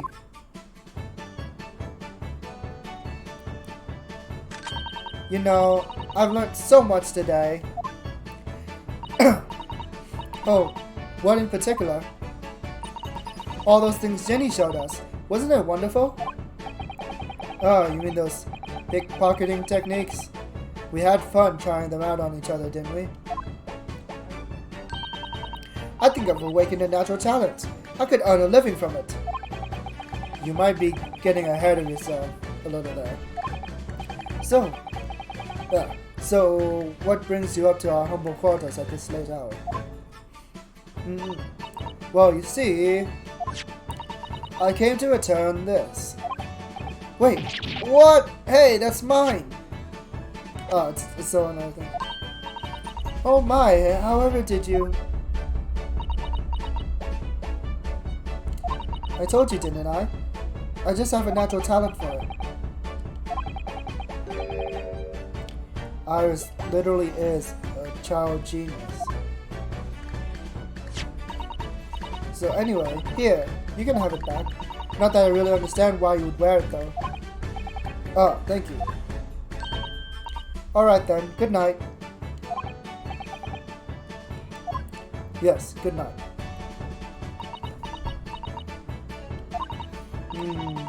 So this is your office, isn't it? What do you think, Jenny? I think I wouldn't fancy my chances with a lawyer what lives in a place like this. Yes, me too. You bitches. It seems as though Iris here still has something she'd like to talk about. I suppose she probably wants to talk about the manuscript. Yes, I suppose she probably does.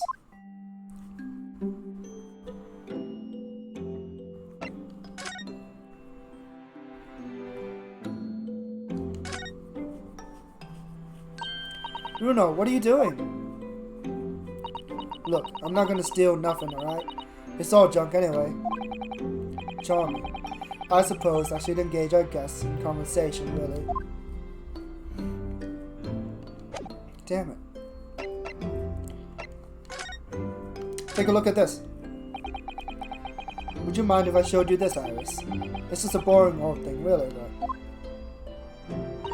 Oh, I don't really like boring things.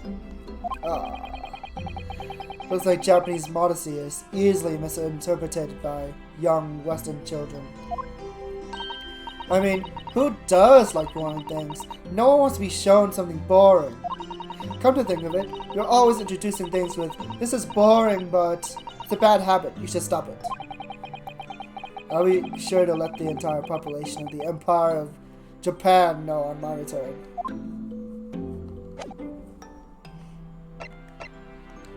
Based. Have confidence. Yes, I suppose you're hoping to talk about the manuscript, aren't you? Aren't you going to tell me? I'm so sorry. I need a little more time, please. More time? Alright, I understand. I hope I haven't made you feel awkward.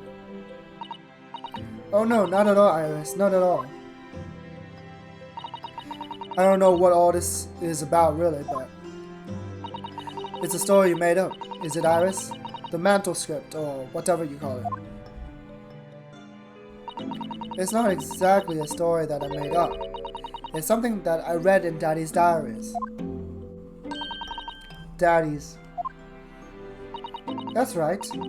I don't suppose I mentioned it to you before, Ginny, but my daddy was Hurley's assistant once.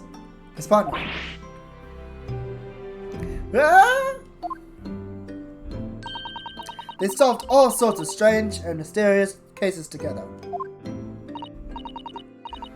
Is that right, mister? Apparently so. I was as surprised as you are, though. And Daddy wrote all the details of every single case down, you see, in his diaries. So I study them and write my stories based on what actually happened. So where's your old man now, then? He had to go away on urgent business to faraway land, and he'll be gone a very long time. So, I've never really met him. Oh, right. Come to think of it. I don't know anything about Gina's parents either. Perhaps we should ask her. Oh fuck, I misclicked. Oh, I have to reread it.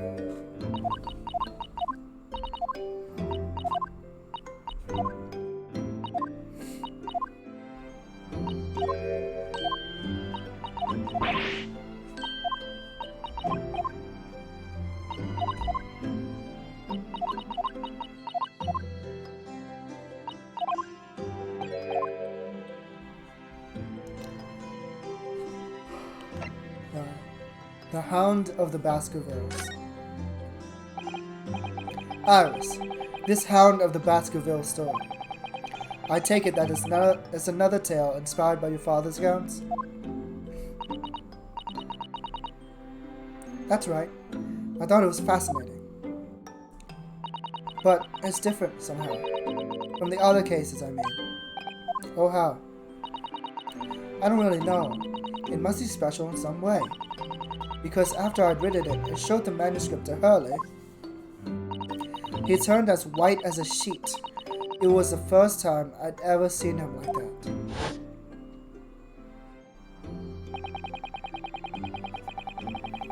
It pains me to have to say this after you've toiled over it for so long, Iris, but this story must not be published at this time, under any circumstances. But why not? It's one of my best works. I'm not at liberty to say. Not now. So please, do not ask me.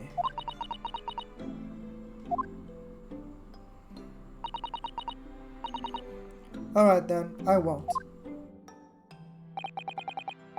But I do solemnly swear that I will explain everything one day, Iris, when the time is right.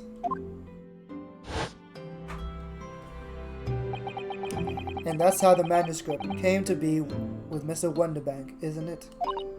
Yes. Hurley said it had to be somewhere very safe. It really gets my goat, that does. He's treating you like a child. I mean, that's what it is, keeping secrets like that. I'm sure Mr. Sholmes isn't trying to be mean. Eh? If he said he wasn't at liberty to talk about it, I'm sure there must be a very good reason. I think so too. You lot are too trusting for your own good. But you can't pull the wool over my eyes. Sholmes is lying to Iris. I bet my life on it. Red flag. Oh no. Don't kill Gina. What? Hurley's lying to me?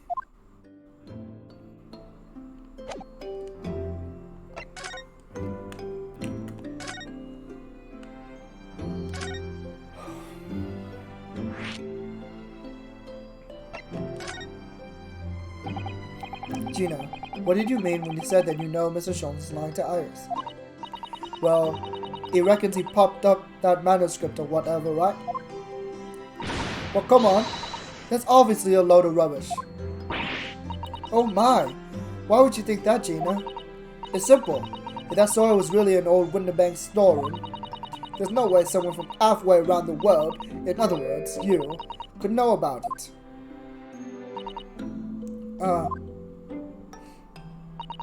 Sorry, Iris, but if you ask me, he sold it.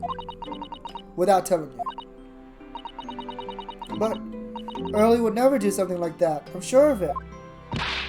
Ha! Grown-ups do a lot worse than that, believe me. Barefaced liars, a lot of them. You just ain't realized it yet.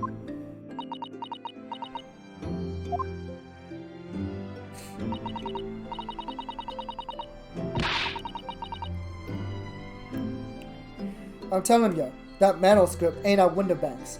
You'd soon see if you had a look. Even if you think you can trust him, I don't. That Sholmes is a liar like the rest of them.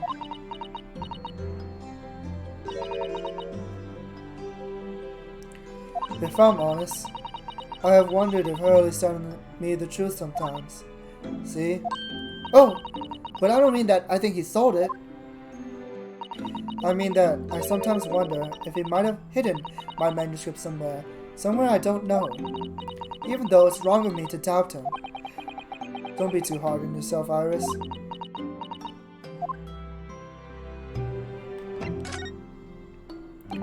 I realize that I don't know anything about your parents, Gina. I ain't got any, have I? Never did have. Oh. Look, the East End's full of orphans like me. No one wants nothing to do with us. From the minute we're born, not even our moms.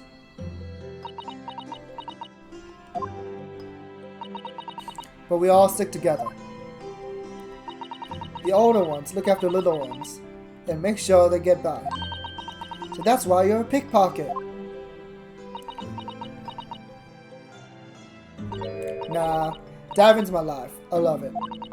I get a kick out of it every time I lift some pompous idiot's purse. And that's how we all afford to eat. I'm like Robin Hood, ain't I? That's how I see it. Oh, Gina. I do think about it sometimes. What it'd be like to have parents, I mean. I always thought it'd make everything right.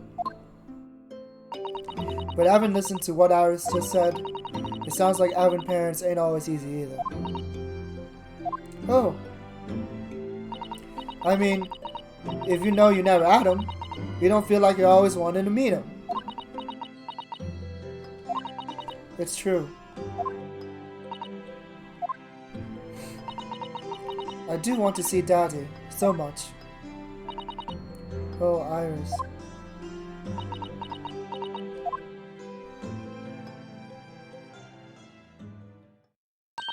Oh my goodness, look at the time. Come along, Ginny. We should go back downstairs. Yeah, alright. And please, don't mention any of this to Hurley, will you? No, of course not. Good night then, Iris. Good night, Gina. You must let me make breakfast for you tomorrow morning, I insist. Oh, yes, please. I can't wait, Susie.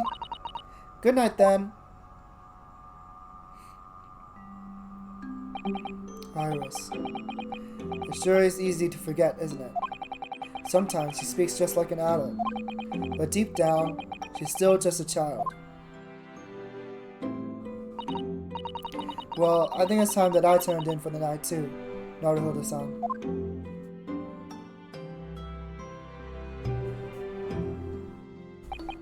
Dr. John H. Wilson, Iris' father, but also the name of the murdered visiting professor at Yume University. It can't be a mere coincidence. There's something deeper going on.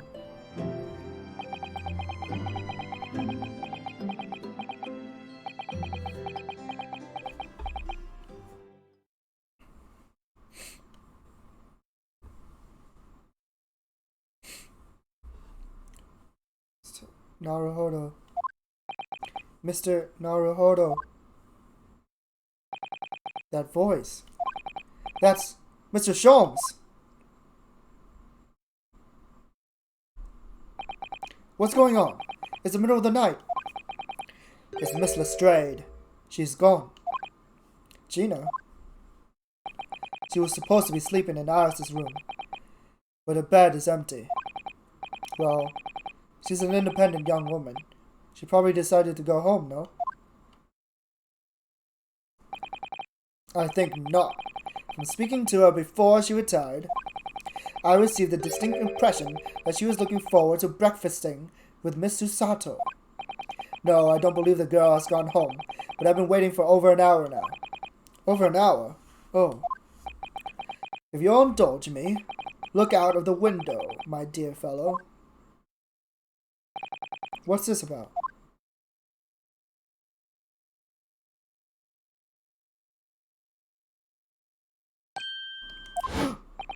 Wait a minute.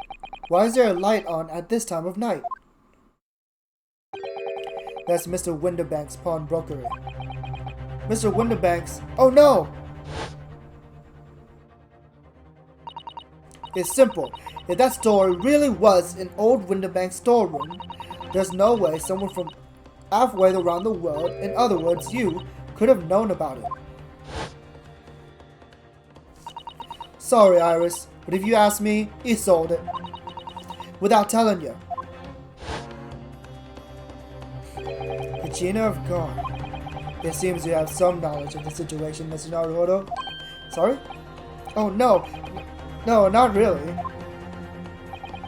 Well, anyway, we must investigate. At once. Mr. Sato.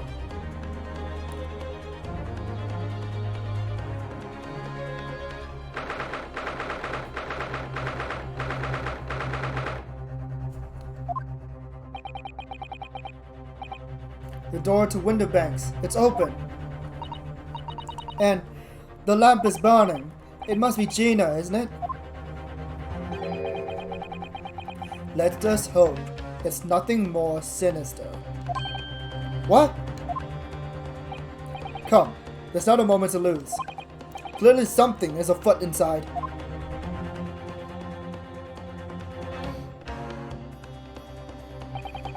There's no one here. Oh yes, there is. Whoa! Mr. Sholmes! Mr. Sholmes! What the? Has Sholmes been shot? Leave me, Mr. Naruhodo! But after them, go! Right.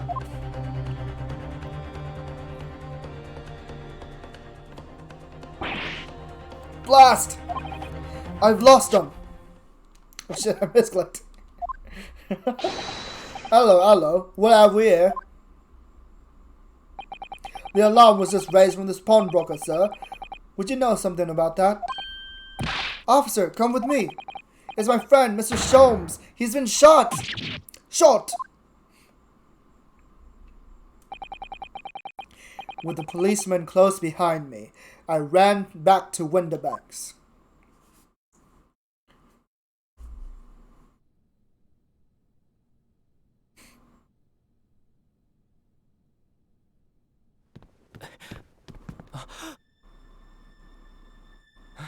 Mr. Sholmes! Mr. Narado. How bad is it? Never mind me, but there's much at stake. Behind that door. In the storeroom. Hurry!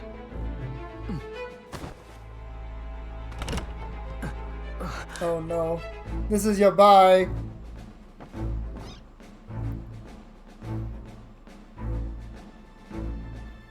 No!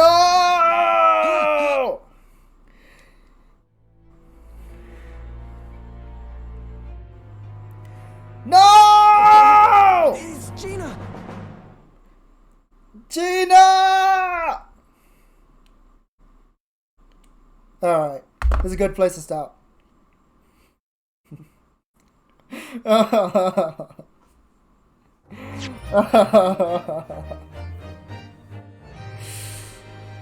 No! Why did I continue playing? I could have left it at a good note.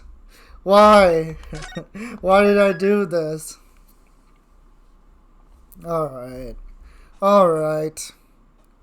So, tomorrow, we'll start on Investigation Part 3.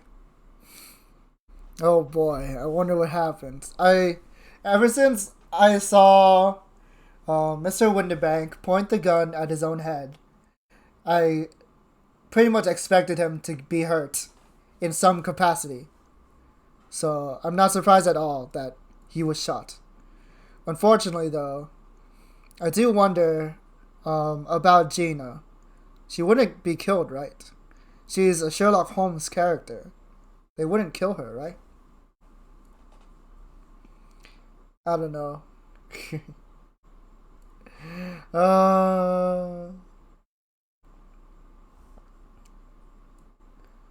I like Gina so much. Please don't do this. Anyway, so today, the person we're gonna raid is, he's not a VTuber. His name is EU03Art. I'm assuming he has raids on. I actually don't know at all, but he's critiquing art right now, so that should be a fun stream. If you've seen his art on Twitter, he really likes drawing gigantic breasts, so have fun with that. Thank you for watching, and I'll see you tomorrow. Most likely, I tend to stream at around 6 p.m. My time, 6 p.m. CST, so same time today and yesterday. And the reason I do that is because that's usually the time when my brother leaves the house. So I can be a little bit louder if I can. So I try to stream at that time, or if possible earlier. Usually, like, I wake up and I work on thumbnails. I work on the thumbnail for shits and giggles while I watch other people's streams. So that's why it takes me so long before I start the stream. Anyways, so yeah. Most likely it'll be at 6 p.m. unless, something happens and I have to stream later the day. I want to try to finish this game tomorrow if possible, so that I can feel free enough to not stream on the 6th and the 7th, because I have a friend's birthday coming up and I want to do something nice for them. So, and it takes me a long ass time to draw. You guys already know that because I say it every time. So yeah, catch you guys later. Thank you for coming as always, and I'm looking forward to getting to the bottom of this.